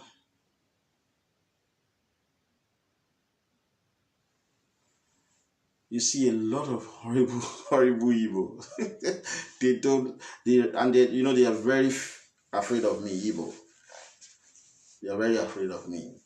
They know we speak nothing but the truth. Okay, I have this information here. You know, folks, we release today. I shared the copies of the content of the Constitution of Western Nigeria. I shared it. You won't believe it. This guy, Simeon Ekpa, the horrible guy, said that he was the one who gave the Constitution. That Igbo guy. He shared it on his page. Said that we bring you the Constitution of Western Nigeria. Something that they copy from our page.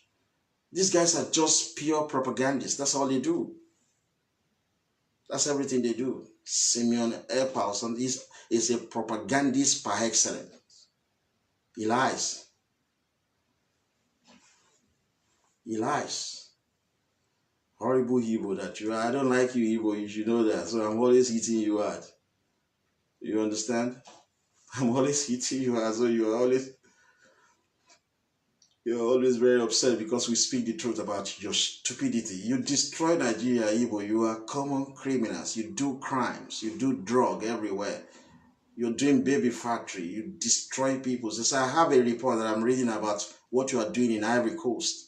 But the good people of Ivory Coast, they know the difference between Yoruba and Igbo. They call the Yoruba Anago. And an Ivorian was chatting with me, saying to me some of these things. No, it was from a friend who had visited Ivory Coast. Saying to me the differences of all of what you do. They know you so well in Ivory Coast that you do crime. They say that it was when you started coming to Ivory Coast, you Igbo, that crime rates went up. So we know you. Horrible, this guy. What's his name? Godfrey Abassi. Stupid man that you are. That's what nonsense you talk. You're not brilliant. This guy. Your Nnamdi Kano's a shit useless guy. He's just doing propaganda. Okay. So let me see them. So guys, why is it that okay? It is still because some of our members said that I shouldn't shut out our page. So, but notwithstanding, I have to round up now, and I thank you guys. Lord Mary will protect you from evil imagination on Yami and Fulani. So we're gonna have to see you on Monday. Cheers, guys.